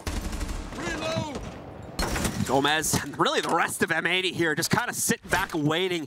They've already extended out as much aggression as they realistically could, and that's resulted in the loss of Spirit, so not wanting to test their fate twice in that regard. Just going to hold it back, play deep into the site, wait for FaZe Clan to make the next move. But FaZe isn't entirely convinced that M80 is done. You can see here, they are waiting back, using the full breadth of any excess time that they would have to just sit back and hope for an overextension from M80. Certainly not going to find it, however, given what we just talked about a few moments prior. And I think FaZe has finally realized this. So they'll move in, get the that could have been 2 of them right there if they mingled too closely crossing that door. Good spot coming out from FaZe to prevent disaster upstairs. Yeah, Astro was about to blow up the entire team right there with a single swoop, but fortunately enough, he'll take him down. In FaZe, they've been able to get the 2 initial kills here, some big ones as well onto Yaga and Spirits out of all people, which when you're looking at that operator lineup, that should be like the last 2 that are dying, so I don't exactly know what angles were adopted in order to make that magic happen, but it's definitely benefiting FaZe quite a bit. Nitro Cell's out here, and this is a FaZe round, at least for right now, unless M80 has something to do about it. M80, the pressure's on, the explosions roiling out around them here as well. Down 2 players, 30 seconds to go. Now down 1 player though, with Diaz finding the first trade. Exchanges are coming in. Diaz brought down low. His teammate taken down instead though, as they both try to go through the same doorway. Viking is far too ready for that. It's a 2v4 with 20 seconds to go. Diaz has the angle on the stairs, and it's a very difficult one to fire back against, but Viking still gets it done. All on Kino. He can't hold it. Astro gets the final kill, and FaZe Clan trigger map number 3. Very, very impressed with FaZe's ability to come back inside of this game. The resilience out of this team, the mental fortitude to be able to lock it down inside of overtime, especially after M80 quickly dispatched quite a few of those rounds from their defensive end once we ended up switching sides, but still able to get things done. It's hard fought, but it's won by FaZe. Absolutely the case. Beautifully done by FaZe to bring this back from the brink, playing such a patient game as well to try and capitalize on the impatience that we were often seeing from M80, wanting to take those early fights, wanting to jump out. That's the old X set that we love to see. It seemed like it had been a little more restrained, especially for the play we were seeing on the first map, but maybe not so much the case. We still have another map to show you guys, though, so stick with us. We're going to go to a break. When we come back, we're going to be winding up for the final map of the series.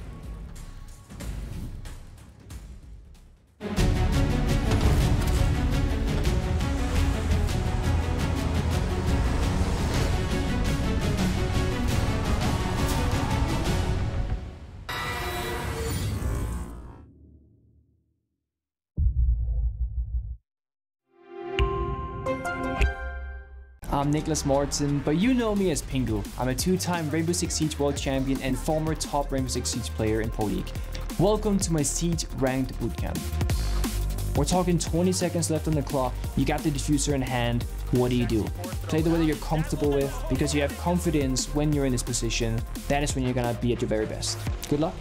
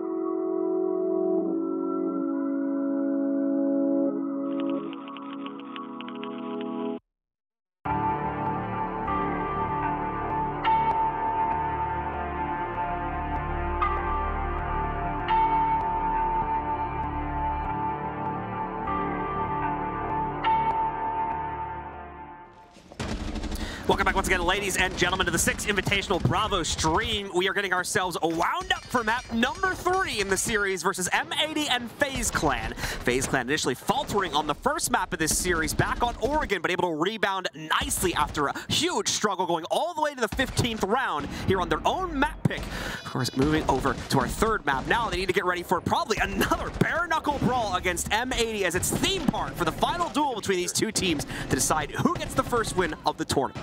Yeah, both of these squads are off conniving against each other when it comes to theme park at the current moment, trying to break down what happened inside of these last 2 maps. And really the first one, not too much to talk about. We could give FaZe a lot of grief, but I don't think it's really worth its merit. I think we should immediately skip over to Chalet because that's really where the rubber hit the road for FaZe. They got a lot of traction when it came down to a lot of these rounds, especially in the offensive, or rather defensive perspective. Offense is where things really started to go wrong for them. M80 able to collectively put together 4 rounds back-to-back before FaZe finally snapped awake and was able to claim things in overtime. Those final 2 rounds going into their favor instead, including the one flipped round for OT, allows them to take that control back. And here's the stats. A much closer affair this time compared to what we had on our first map of Oregon. Both of these teams are awake and ready to play.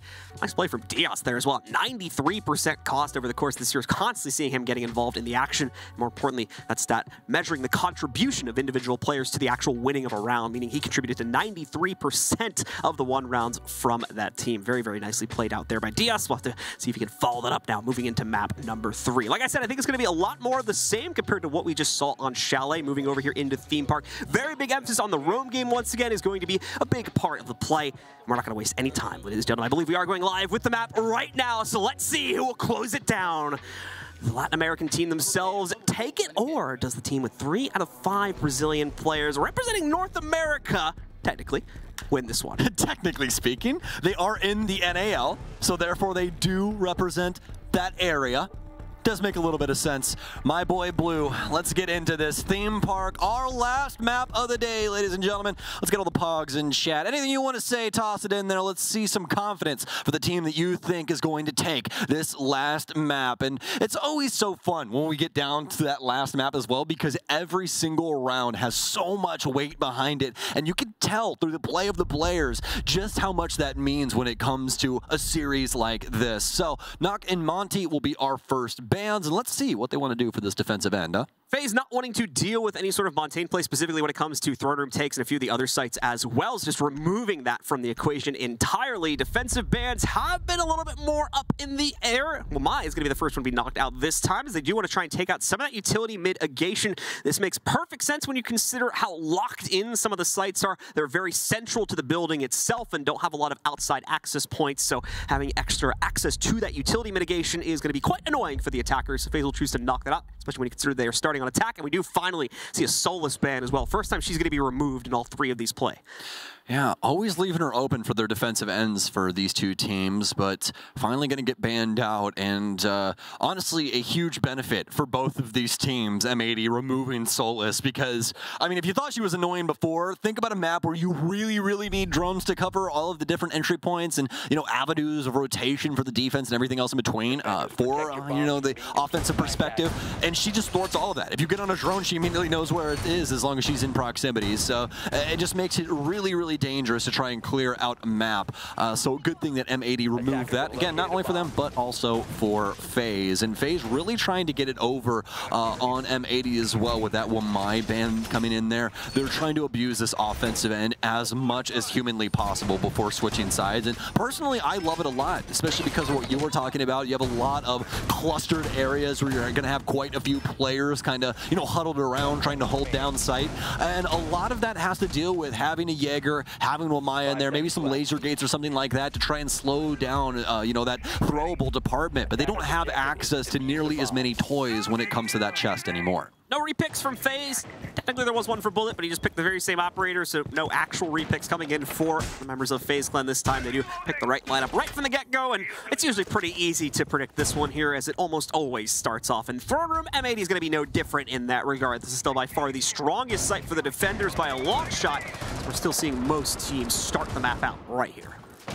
FaZe absolutely loving the Dokkaebi. We've been seeing her chosen from them for a majority of their offensive sides. Probably like 90% of them having her inside of the operator lineup, and why not? I mean, she's such a fantastic operator, not only before, but also nowadays. You know, 2 EMPs in the back pocket along with the EBR that got buffed as well. And then you also have the logic bombs on top of all of that that now affect Echo with everything encompassing. So pretty interesting stuff, and definitely a reason to have that one inside of the lineup. You can see it applying the pressure to M80 as needed as they continue to walk them down back towards the site.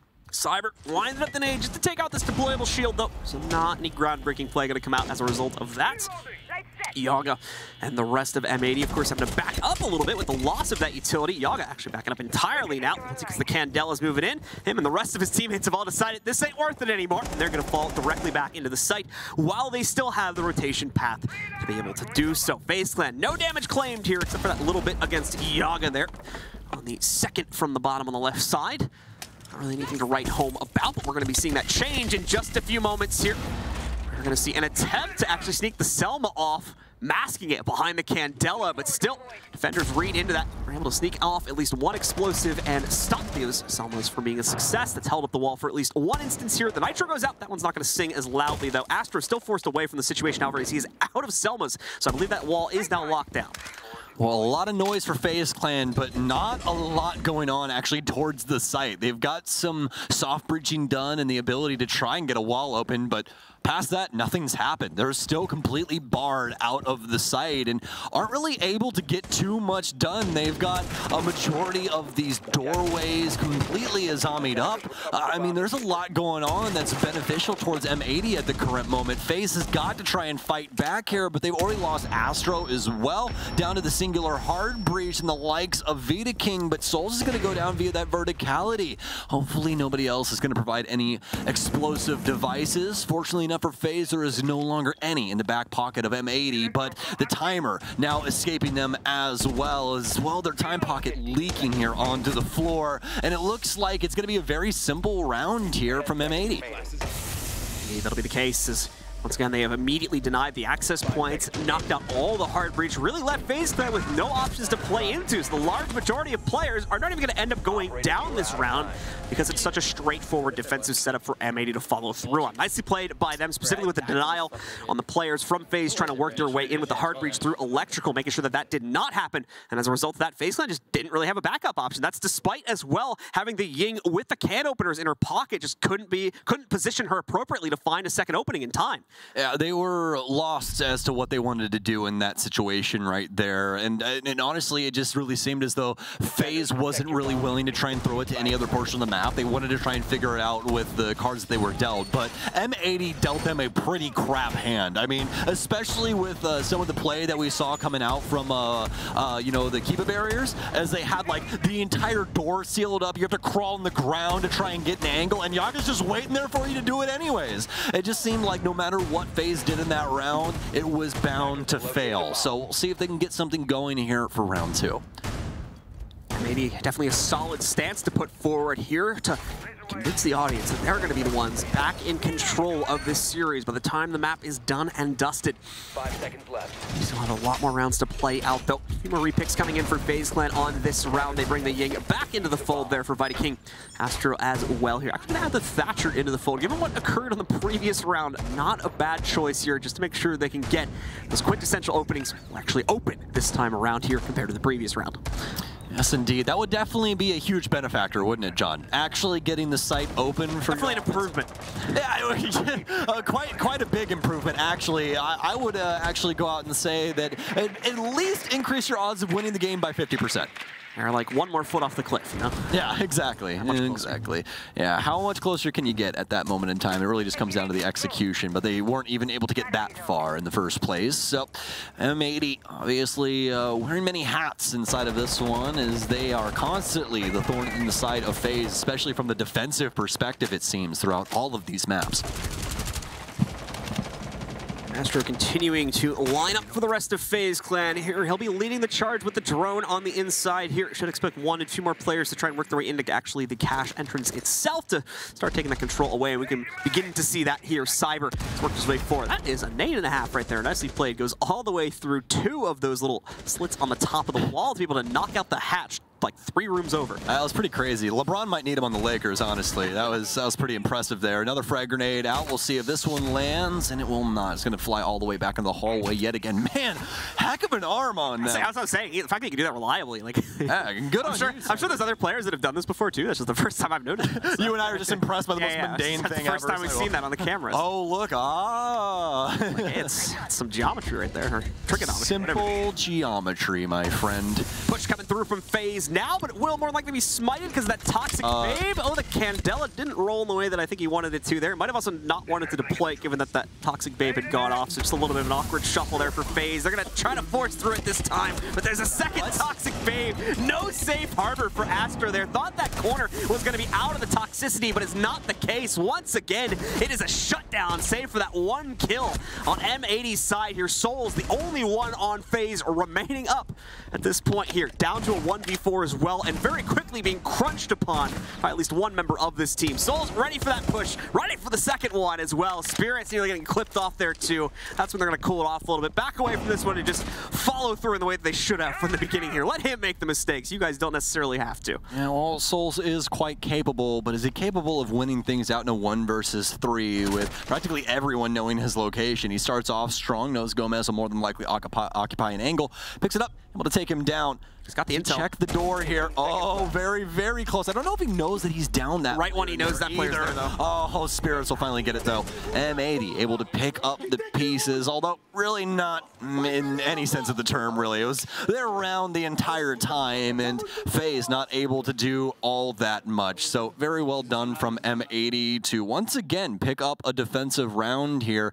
FaZe Clan just not able to get on the same page. That execution very poorly called as well there. The timing really, really off, and you could see that just strictly by Astro's positioning. Somebody on FaZe has to tell the IGL what's going on that end of the map, John. You can't just walk in through a smoke and just kind of hope that it's not going into the corner that you want to plant. They just completely sent it in through utility and died because of it. It was just a very poor look for FaZe. Moved over to a new site here once again for M80. We're going to be rotating into lab this time around here. FaZe Clan, of course, will have to respond to that with their own operator selection. Can expect a few change-ups here, probably in the hard breach department more than anything, and indeed we do get that for Souls. He's back on Thatcher, a little bit more intel play coming out as well. The Dokkaebi's being kept, just changing the person who's using it, and the Lions coming back in. So we've got that very annoying composition once again here for FaZe to try and trip up M80 and basically force them to stop moving as soon as they trigger their abilities here. I laugh at the dumbest, goofiest things. I was just giggling because Gomez just was like, I have an extra camera, I'm just gonna toss it on this random wall here. Like, every single team goes through so much better there than in your pocket. That's true, but every team goes through so much like strategical mind practice, like that kind of thing, where they're just setting up strats and all these other things. And then for this one, they're like, hey, Gomez, just toss your camera somewhere. Like, whatever. Just put him a place that's not in your pocket, and it'll be good. So, I mean, hopefully it works out for him. I mean, Gomez with a pretty solid position. We saw this one earlier today here. Gomez ended up slipping back through that door crouch, by the way, folks, so don't worry about it. He just went in crouch and then stood up immediately. So that was a little weird moment there for you, but still something you can do on a lot of doors in this game, and a huge benefactor is that door right there, being able to just stand right out crouched and wait for someone to try and come up cache balcony. The server got confused for a second. I would too, you know, like that's a very tiny spot for a player. Server had to do a double take there in terms of what it thought happened, so all good, it figured it out. As we see the first attempt to try and pop open the inside of the electrical wall once again. Believe that is going to be successfully countered out. At least the first one is. A second Selma did follow it up, if I read the situation correctly. And indeed, it looks like it is the case. That one will go off without a hitch. And we'll finally grant at least a bit of access this time for FaZe Clan. More importantly, allows them more than anything to establish a cross angle against the throne hold, so they at least have an attempt to try and stop that defensive position from being maintained. Well, you'd think that. Yeah, it's also, I'm not also realizing now it's not necessarily a line. Yeah, it's not a great angle, that right panel. You can see in towards the right-hand side, but you're blocked when it comes to the throne area. The good news is, though, look, there's no one defending it. I mean, M80 is giving it up at the moment here. Already half of the throne room has gone over into the control of FaZe Clan. M80, where's the response for this right now? It's all on Gomez, just taking a duel single-handedly at the moment here. Bullet has found a counter for Spirits. I assume that that's going on upstairs here. The Azami has gone down as a result of that. Gomez probably very confused about what's happening right now as he is just on a lone island. He has zero support from any of his teammates. They are all still worried about that extended game upstairs or playing the hallways surrounding this room. Well, the good news is this isn't actually the site. It's over inside a drug. So although they did get Gomez here, no plan will come. They've all been delaying for a very, very long time over inside of Throne, and it might work out for them, especially after Kino picks up Astro. I mean, what can FaZe Clan do here? They no longer have any EU1Ds. They don't have any phone calls on Cyber. They've been trying to abuse all of that to kill Gomez inside of Throne and Armory. But it took for literally ever, and now they have to try and deal with the site utility. FaZe is going to try and push in via bathroom, but we got Flames, and I don't exactly think they want to try and challenge through those. More than likely be quickly met with a lead shower and not exactly the hot shower that they're looking for at the current moment. Bullet continuing to wait for a potential lineup here, but he's running low on time to try and find that himself. Kino ready for the challenge, it seems. Also, as you said, the time waste back over in Throne Room, just throwing off the game plan from FaZe far too much, leading into yet another very straightforward chain of events at the end of the round, going into the hands of M80. Just a simple three-peat on the kills there. FaZe not even able to respond to it, unfortunately, and yet another round goes into the hands of our North American squad. It's so strange to me that FaZe is bringing the lineup that they're bringing, and they have absolutely zero, none, Yada utility when it comes down to their actual execute. You have Dokkaebi and Lion, and then on top of that, you still have 3 operators, but nobody has a single piece of utility that's actually pivotal when you need it? That's shocking. That should not be happening. You know, I understand it when you're trying to clear out the map and, you know, do these kind of things. You don't want to die with something in your pocket, right? But, I mean, this is time and time again, John. This is not the first time that we've seen this. Over and over, while they have Lion and Dokkaebi in this lineup, they are not having utility for when it comes to execute. And M80 are able to take these coin flip gunfights just heads up because there's really nothing stopping them from doing so. M80's also not full committing to these types of extensions as well. They're playing it in the exact way you'd expect really any other team to play this. They're out and about looking for one, if they get lucky, maybe 2 picks, and then they're just peeling it back to the site or corresponding support positions near the site here. So those opportunities to try and capitalize in the roam game for FaZe Clan are just not being found here, as unfortunately the utility, both combined with the Dokkaebi and the Lion, is just coming out far too late for them to actually track down those players. Yeah, 100%, my friend. We'll see if FaZe can do something with this timeout now as they've talked things out. And it seems like that conversation has completely led to no Lion and no Dokkaebi. They've realized in a blitz. Yeah. That's more than likely what the coach or the analyst, rather, whoever was standing behind him right there, more than likely saw as well. It's like, we're just not using this utility to its fullest potential. It's not leading into any openers for us, so what's the point of bringing both of them? Yeah, but now I'm even more scared because now, look, now we're at like the most basic, bare bones operator lineup that you can have in Rainbow Six. We're going to toss the Yana in there, and there we go. Now we're getting some execute utility. We're just moving it around a little bit, but now we're not going to fit the Yana in. I know that I'm being nitpicky, I get it, but like, it's just, it's quite interesting the way that FaZe are working things from this offensive end at the moment. It's a bit wishy-washy here as they try to figure out how exactly they want to formulate themselves. You can even see that in those final seconds, like the Buck and the Yin getting swapped between Siren Souls. Like even that degree of it was a little flustered there. So FaZe are struggling to put the pieces together, it seems, even after the tack pause has hopefully recentered things a bit. Not a good sign for what's to come throughout the rest of this map. They've already brought it back from the brink once. Back on map number 2 here. Doing it a second time is certainly not out of the cards here as they start to approach the building for the 4th time here. Try and steal it away from M80. Well, to be expected, it's going to be a slow rolling round initially here for FaZe as they have to understand the full breadth of what M80 is trying to pull off here. It's very similar to what we saw prior to them, on this site for them, as we will have a very similar operator lineup. But the key thing being Diaz here is he's got the 2 most pivotal pieces of utility to try and thwart FaZe's game plan. It happens to be the Kiba barriers locking up doors, as well as the impact grenades preventing any plants from going down. They have a nitro cell torn here. It'll more than likely assist with this situation. Once the Thermite tries to roll back off the wall, they can't do this too early because he can just sail over his head, or he can reposition right out under the default camera like what we're seeing at the current moment. So it's going to have to be a proper choice here from M80 to try and get this off. It's going to be the impacts out. It'll get one, but the nitro cell, it's going to land on deaf ears, unfortunately. M80 doing their damnedest to try and make sure somebody would be on the receiving end, but nobody home. Oh, what? I'm going to come out and actually, we'll see the push move forward here and actually be able to fend that one back off. I think they just wanted to use the Exo instead of the Selma, which would have potentially messed up this Exo a little bit here had they gone through with that one. So that's why that one gets shot out. As we continue to see the members of FaZe Clan set themselves up for a push forward, they may find themselves potentially wanting that extra Selma in a few moments here. If the setup from M80 proves a little bit too difficult to deal with here, both, of course, behind the Dragon Door, and of course, playing on the other side of this electrical breach. This is absolutely ludicrous.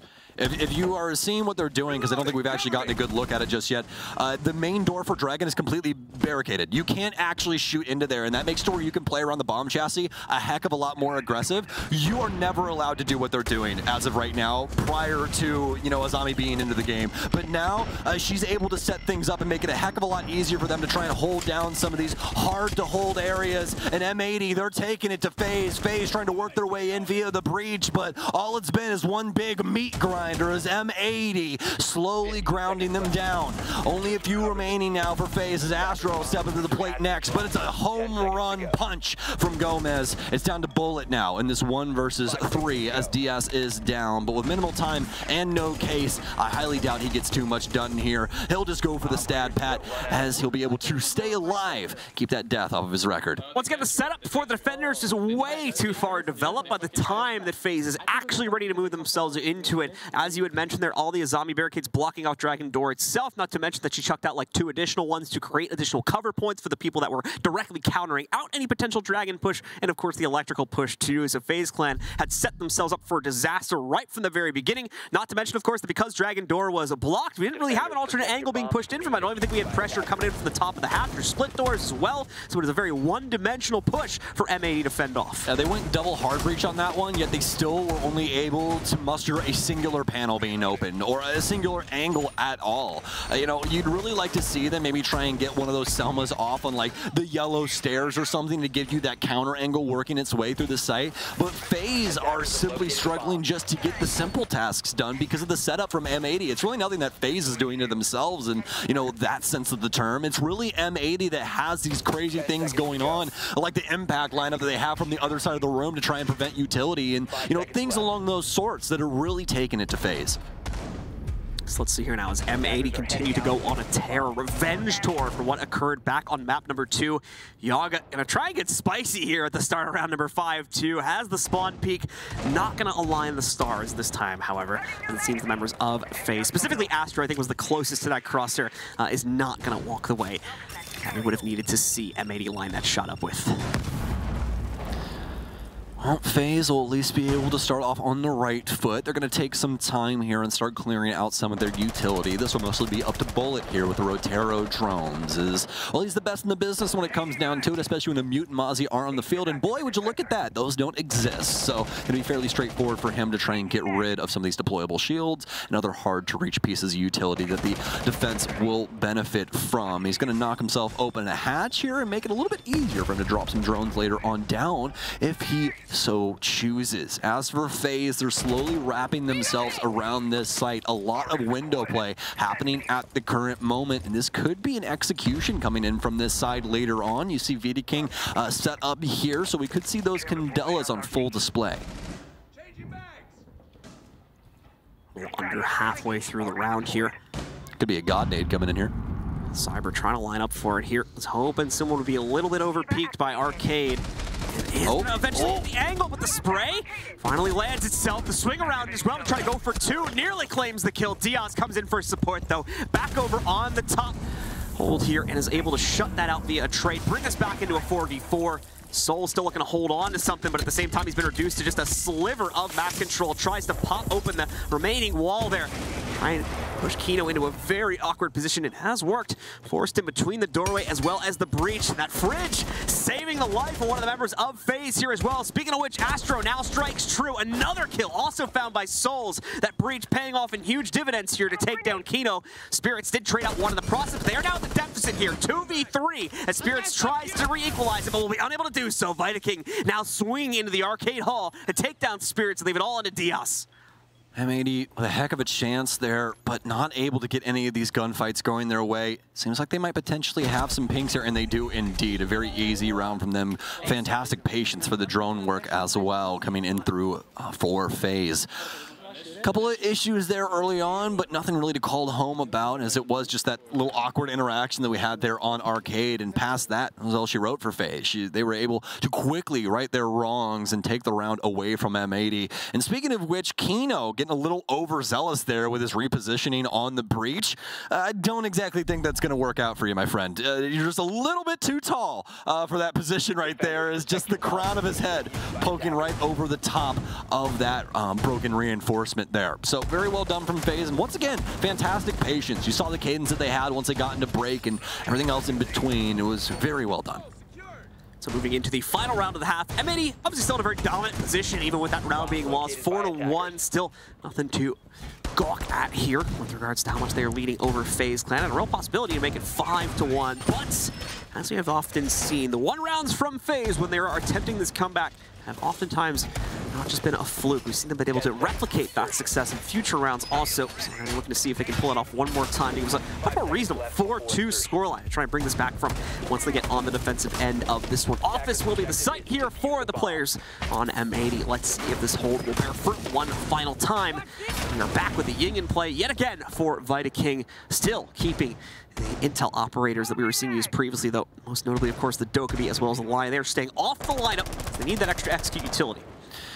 Yeah, one of the funner sites to play out on Theme Park here, Initiation and Office, is you got to worry about things from two different perspectives. The East and the West, is you're practically the sliver right down the middle of the entire map. What used to be Train way back in the day for Theme Park is practically where this thing is positioned. So you got to worry about things like Yellow Stairs, as well as what could be happening over on Arcade and Dragon Balcony. It's all encompassing, and that's why you see M80 in the current positions that they are. They want to make sure that they know where FaZe is coming in from. As things go quite quiet across the map here. Cyber is trying to prep a nade throw. Go back up on top of the drone, I think revealing that there isn't a whole lot to play off of there. So continue to wait this one out a little bit longer to see if he can line up a potential angle later on. Tries to go for it again here. Just aside from the yellow push, but is way off the mark. Unfortunately, the player from M80 that was in the area has now rotated away. It's nothing to be grabbed. Gomez, though, does catch Astro right as he's about to swing into Cafe. Shuts him down outright and leaves no room for a trade anytime soon, unfortunately. Just a full Candela dump going to come out now from Vidaking, and they're going to go swing it into the Arcade side.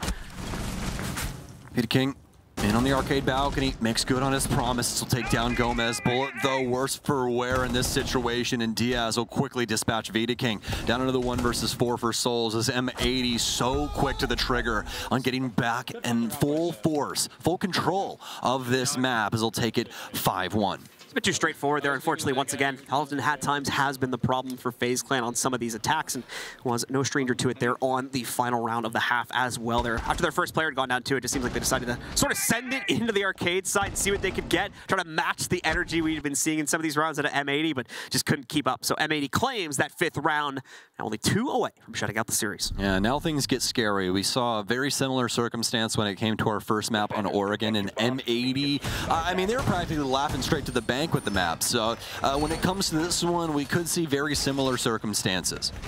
All right, well, let's see here as we get into the first round of the second half. FaZe Clan has the obvious advantage of being able to go towards Throne, and we saw just how heavily FaZe themselves was struggling to just get into this room, let alone get a plant down onto the ground.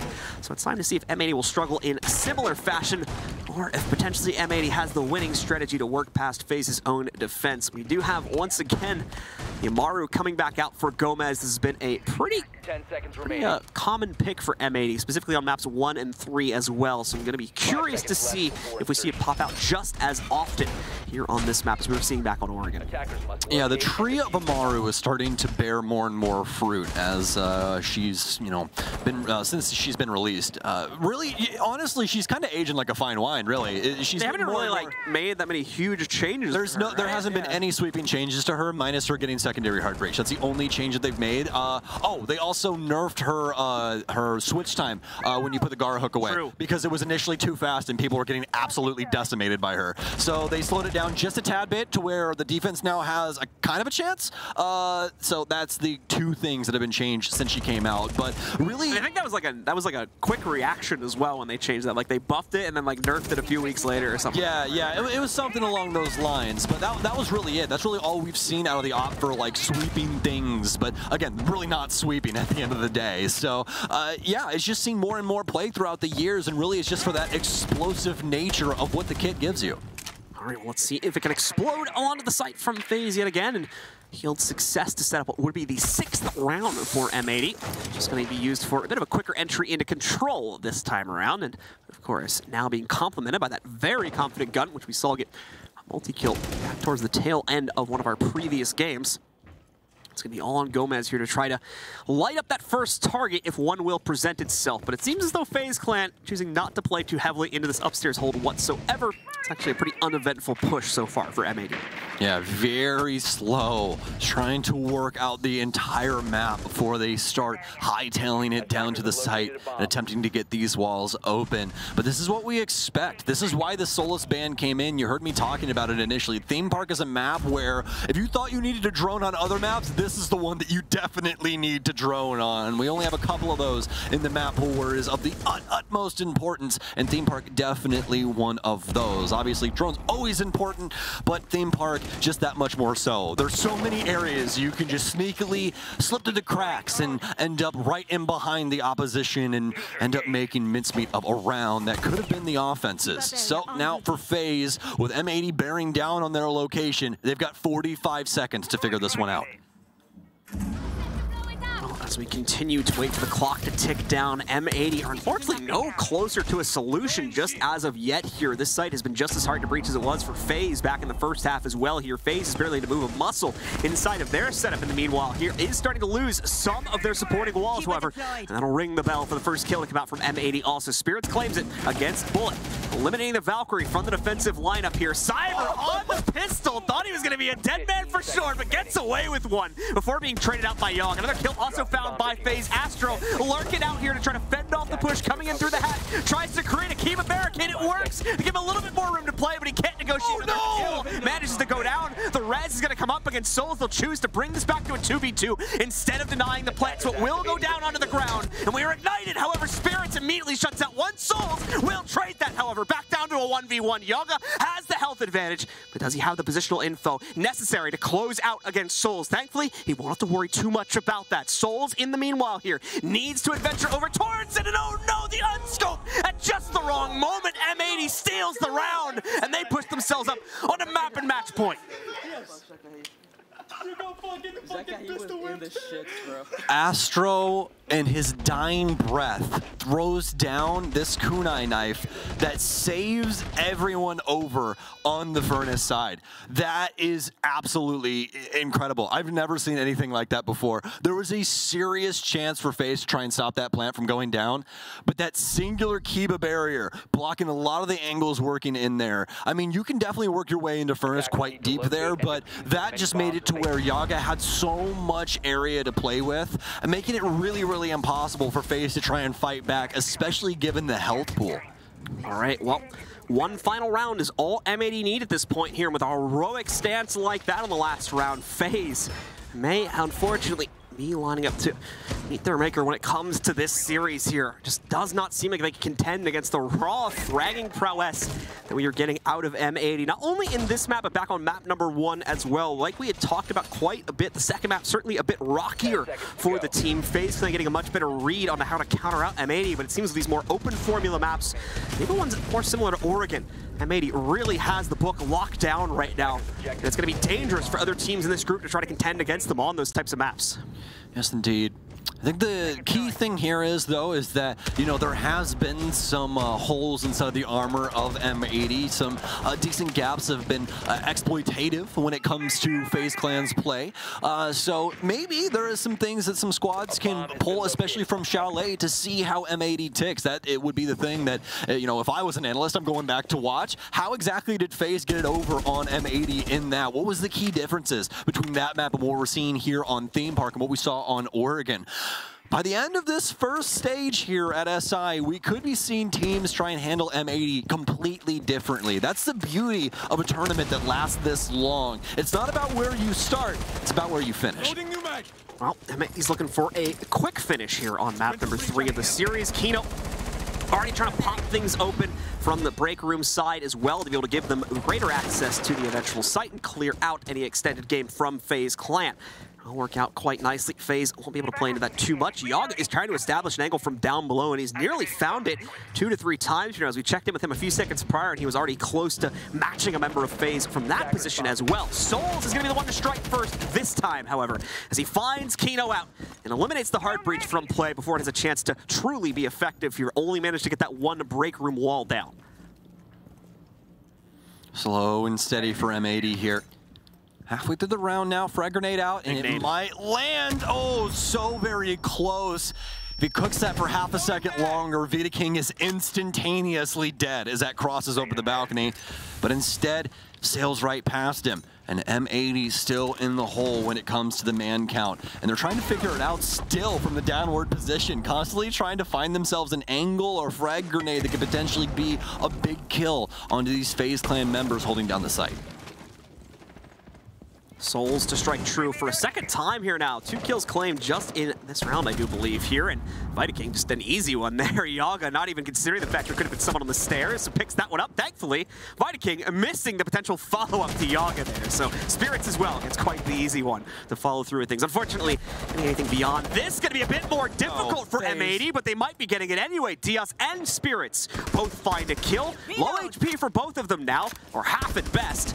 But still, they've evened it back down to a 2v2, and there's still 30 seconds left on the play clock. FaZe, there's absolutely no way. Please, please, please. Like, there seems to be not even a drone that's active for M80 that's useful. Everybody's just switching back and forth for what I believe is a flank drone, because there's really nothing else to look at. They have 0 drones in their pocket, they're pushing forward, and finally, FaZe will shut it down. But how scary of a round was that? 2 versus 5 down to a 2 versus 2? Not something you see every day, but that's just how much firepower M80 have at their disposal. That's part of the problem for FaZe too, is they, to an extent, have been leaving the window open for these types of plays to be made, where they really should not be allowed to sneak away with these types of frags, considering the situation that had been set before them. FaZe Clan just getting a little overzealous and potentially letting far too much go, which has allowed M80 to escape to this much of a deficit over FaZe Clan here. Initiation is up next here for our defenders as FaZe tries to hold on here. The first of 5 rounds need to be picked up. 4 more to go from this point onward to be able to trigger OT. All right, well, we saw it out of M80, but can we get it out of the newfound FaZe? Revitalized here with Vidaking working his way in for Cameraman. We've said it throughout the rest of the maps, but feel like it's definitely a key moment here to talk about it yet again. This is going to be Vidaking's coming of age party. He's made it to T1 at a T1 tournament and trying to find his first big win here. It was a huge comeback in the dying moments of Theme Park. That might be just the icing on the cake to kind of rectify everything that started happening here today. I think a lot of people were really considering that FaZe Clan could seriously take it to M80, but the shoe is completely on the other foot. So FaZe Clan once more up against the wall here, playing into a site where they need to extend their position out quite heavily. They may not necessarily have the capability to do that from the get-go, which will set them up for a potential losing round right from the beginning of it. But they've been able to hold the tide. They still were able to control things back on the previous round and have begun very, very long road to recovery here for the third map. M80 was able to pull it off and at least trigger overtime back on the previous map, although they ultimately failed to close down the map itself. Now FaZe are going to be asked to pull off an even greater comeback here. They're the ones currently behind in this series overall. Lots of those drones continuing to work their way in. Rotero drones taking care of some of that deployed utility to open up the pathway from Cafe outward, and the normal drones to follow it and reconfirm player positions after that Rotero had gone off.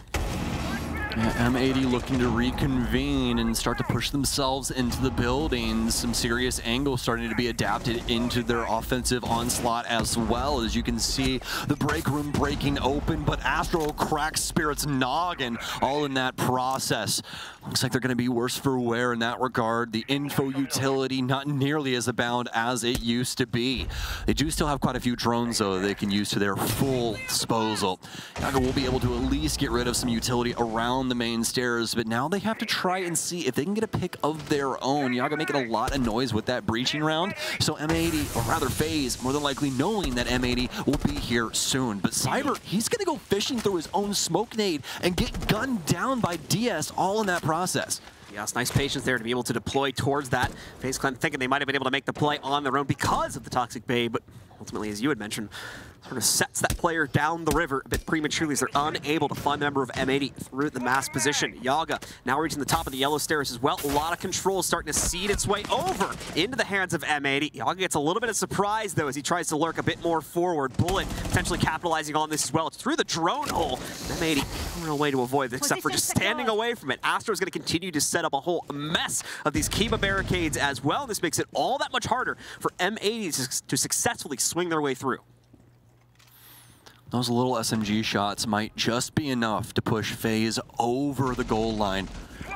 M80 now a little low on HP, not able to take gunfights exactly the way they want to. Souls, what a read from him. Able to take down DS, knew that he was on the roof, dealing some considerable damage back towards side. They still need to find a home for this plant, but not able to do so just yet. Everyone getting gunned down by a different FaZe member. The case now down in sight. Yaga, the only remaining member of M80, and it looks like it's going to take a few more rounds, at least one, in order for M80 to close this out. FaZe holding on here now, 2 rounds deep into their comeback. Still a ways to go, but at least they've shown consistency on multiple sites now, which is always the worry part with these types of comebacks. Now they just need to make sure they don't slip up in the process, leave those opportunities open for M80 to abuse their defensive setups, as often we have seen on previous maps, and as we have often seen leading into a lost round for FaZe Clan. They can no longer make these mistakes if they want to stay in front of the charge in this group here and take the large share of points from this game. Away from that, back into it yet again. We've reached our first full rotation point here now, entering the 10th round of play, meaning that we're going to head back over to the throne room for the first time since switching halves. Attackers have located a bomb. Well, what is M80's strategy around this? It's pretty obvious where they're going to go. When Armory Throne is available, you go to Armory Throne. That's really how it tends to work out when it comes to theme park. So M80 not really going to be anywhere behind a veil when it comes to what could potentially be in their near future. So this operator lineup should be pretty perfect. Obviously, especially nowadays with their ability to repick ops with some of the info that they find out inside of prep phase due to attacker repicks. So, and speaking of which, we will have Gomez using that to its fullest advantage as he will adopt Amaru into the lineup here. So we'll have the Gara hook back in play for some high-flying activities if those do end up coming to fruition. M80, of course, still winding themselves up, so it'll be quite a few seconds before we see any lead-in action. FaZe Clan very much the same as they are, of course, on Throne, so not going to be playing things out too aggressively other than to just simply waste the time away from M80 against the initial upstairs clear, and we see exactly that right now. FaZe Clan with about 4 players considered on that position. Need to move them away from that, but not if they waste about a minute or 2 on the clock here first. And if they can get lucky, they snag a kill or 2 out of the hands of the M80 roster here as well. You can see M80, once again, not wanting to get too ahead of themselves when it comes to their execution. End up breaching open a few sight lines in order to assist themselves with some of the main hallways on the top floor. Cyber actually is going to end up eating a frag grenade. They had a deployable shield there, but John, get this. They played that deployable shield there. There's not a Jaeger or OMI in play. So if you deliver a frag grenade to that, you're more than likely going to die. And, well, kind of weird how that one works out, isn't it? Cyber kind of a misplay in that situation there that just practically gifts a kill on over to M80 if they read the situation right. Vita King, he's going to want those shots back as he just misses an M80 member, and now FaZe Clan are sent back to site reeling. Soul so low on HP, and 2 FaZe members dead to rights as M80 is looking to take Theme Park. Spirit's already claiming one of the final 3, 2 of those final 3 to correct myself. Vidaking, the newest member, but also the only member now standing for FaZe Clan, and the only member standing in the way of M80, shutting out this series in 2-1 fashion. Vidaking just sitting back, patiently waiting for this. M80, as you can see, not taking any huge risks on this one either. They saw what happened on the previous round. They don't want to take a chance of that happening yet again. So they're playing this ultra carefully to make sure they set it up. They won't even enter the actual site. Just taking them down from up on top. And M80 make a statement to start their tournament off. A 2-1 up against FaZe Clan. Take the lion's share of points from this game and start out well in their group. Our Brazilians in NA are as potent as ever as they take down FaZe Clan, one of their respective LATAM brothers. But, I mean, hey, that's how it is sometimes in competition. You got to take it to those that you respect and love. And for a few members of M80, that's exactly what this kind of a matchup is. But for them, a pretty smooth 2-1 victory. Things pretty hyphy when it came to Chalet, but across the board, M80 well within their right to take this series. FaZe, meanwhile, with a bit of work to do, oftentimes playing into very default strategies because their more exotic ones just unfortunately did not pan out in any extent. So falling back to the basics only to falter inside of those as well. Most commonly seeing that happen on maps 1 and 3 here, where they were just not up to the challenge, specifically when it came to gunplay as well, against this booming M80 squad. A much better fight being fought, of course, on Chalet, where they would ultimately win that map, but that was really where we saw the best play from FaZe and just never really echoed it through onto the other 2 maps. Absolutely. I'm looking to see what FaZe can do with the rest of this group stage. Obviously, we still have a lot of games, a lot of days left as well. This is a 3-stage event, folks. This is day 1. And we still have 5 days, or rather 4 days, 5 days total, of this first stage as well. So much Siege to be played, all best of 3s. I'm happy as a clan, man. Today was so much fun. And it's even more exciting because we have all these teams that we really haven't got to, have a lens on for quite some time. We get to see them play all over again. It's just been such a fun day. What about you, man? How was your first day? That's been fun. Yeah, we had 2 great games for us, specifically this one, the Heater going the full 3 maps, of course, M80 able to make a statement, and then we saw it in our earlier matchup as well. The Sonics coming out to play and shutting down Team Liquid in their opening matchup. Absolutely the case, my friend. But, ladies and gentlemen, that is going to do it for us here on the caster desk for both streams. We're going to send you on over to the analysts to close out the day. Y'all have a good one. We'll see you tomorrow.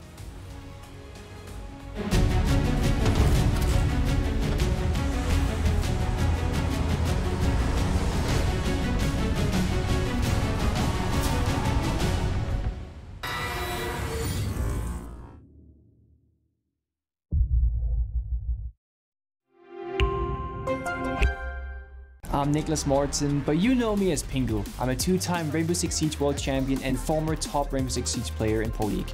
Welcome to my Siege Ranked Bootcamp.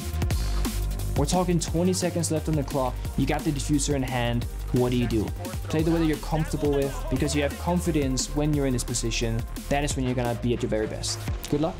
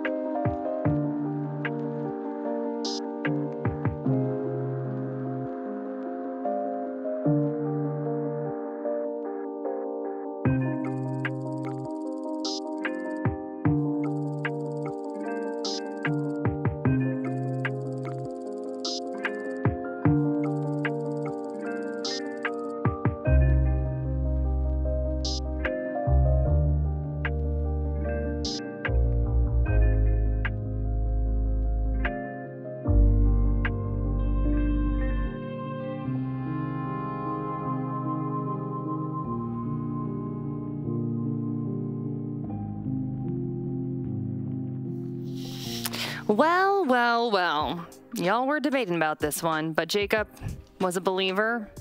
M80 wins. I wish you could see him right now.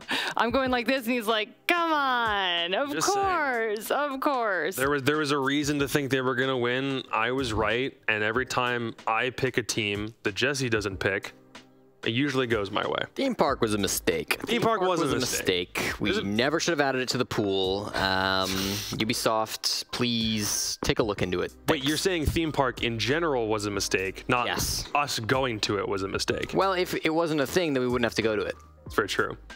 Let's not do that right now. We're gonna end on a positive note. Okay, Jackie. We won't even talk about Theme Park. How about that? I mean, okay. Well, that's the problem. We kind of have to talk about it. We have to talk about Theme Park, you're right. Very specifically, because this is a map that this M80 team is undefeated on. They brought it out for the very first time at the Berlin Major last year when they had never played it, when it was their permaban, and they decided to bring it out against Rogue in the group stage as a surprise pick. And since then, they have added it to their map pool, but it's a very, very minimalistically picked map. And now they're on a 4-game win streak since Berlin, and it was the perfect map to take FaZe to because FaZe themselves are 50-50 on it over the course of last year, BR6, Berlin, and the Copa Elite 6 included. So even if FaZe Clan were capable of winning their own map, which was Chalet, going to Theme Park was ultimately the bigger mistake of that ban phase. Yeah, I mean, it's a map that they lost twice out of 2 games in Stage 3, both times to Team Liquid, who, yeah, Liquid's a great team. Maybe you think, yeah, if we lost to Liquid, we could still beat M80, but M80's a solid team as well. I think they kind of showed that here today. Not saying it was a perfect game. I think some of the problems that I was concerned about definitely exist, but the problems very much existed for FaZe Clan as well, right? I think the integration for their new player coming into the roster wasn't as smooth as it could have possibly been.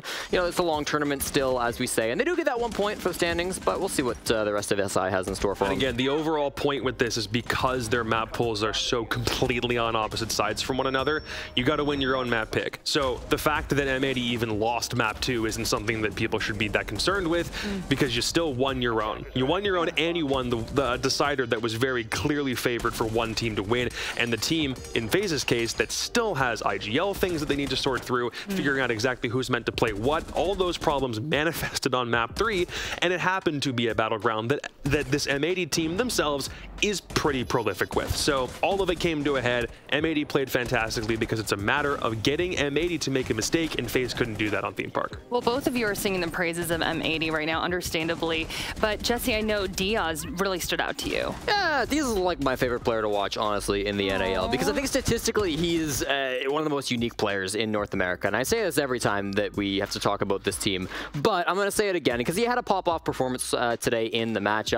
It started off a little shaky because what Diaz is known for is staying alive, survivability, being that back-end guy who's going to be a hard rock in the team who will just never go down. And then he was the first person to die in the entire series, opening death round 1. And I almost took a step back. I was like, wait a minute, is this a new Diaz? It wasn't. 91% cost, 44 survival rating, ridiculous, out of this world numbers, as he always puts up, right? He's a very consistent player. He always holds it down, plus 12 in the KD. Very impressive performance from him. Not the only reason why M80 won, but another one to tack on to a long list of successful games in his career. Yeah, M80 shaking off Stage 3. I say probably completely, because when they were playing at their peak in the same form that they managed to qualify for Charlotte playoffs in, and the same peak that they got through one round of the Berlin playoffs in, that's the kind of M80 that we saw here. And it's a matter of making them blink when FaZe Clan had so many other things that they had to sort through. And that's more of the story. We can sing M80's praises in a lot of very specific ways, but we would just be retreading old water that we've already negotiated through with this M80 squad over the past year. So the onus is all on FaZe Clan in the future. Getting one map still means you get a point, so there are some positives to look at, but there are more questions about this than anything else. And I don't think that many people probably had FaZe as a super hot team in this tournament because they knew role changes were coming, they knew a roster change was on the horizon, and a lot of things had to adapt. So this, if anything, should be utilized more as that kind of feeling out process for a team that already has a lot of those things that if they don't sort through it quickly, there will be problems if they get to playoffs. So we know what they are now. We know what their weaknesses are, but other teams also in their group understand how to exploit that. Okay, and Jesse, really quickly, I know you want to talk about Vidaking. We're a little short on time, but I know you were... I mean, he just had some goofy rounds, Jackie. Yeah. He had some fun rounds, he had some good rounds. You know, he had you go back to Chalet, he had that first clutch that started their 5-round streak in a row, defending up on Trophy with Castle, which even that one was a little bit of an interesting one. But then there's like the 1v3 that Diaz clutches up that he kind of throws towards the end there. I think his Ying play as well on Theme Park didn't really result in a lot of impact. It felt like they were just throwing yings and yings and yings, and it never seemed to land in a successful attack for them. I believe once it did. But it just felt like there were still some problems, and it did feel as well like he was still just kind of slotting in as cameraman's roles. There was still a lot of hard breach being played by Souls. Astro was still kind of doing some of that anchor stuff, and you can't expect one person to do every supportive role all the time, but I would have liked to see him maybe stick to that a little bit more. All right, well, it's been an incredibly fun day. I'm not gonna lie. And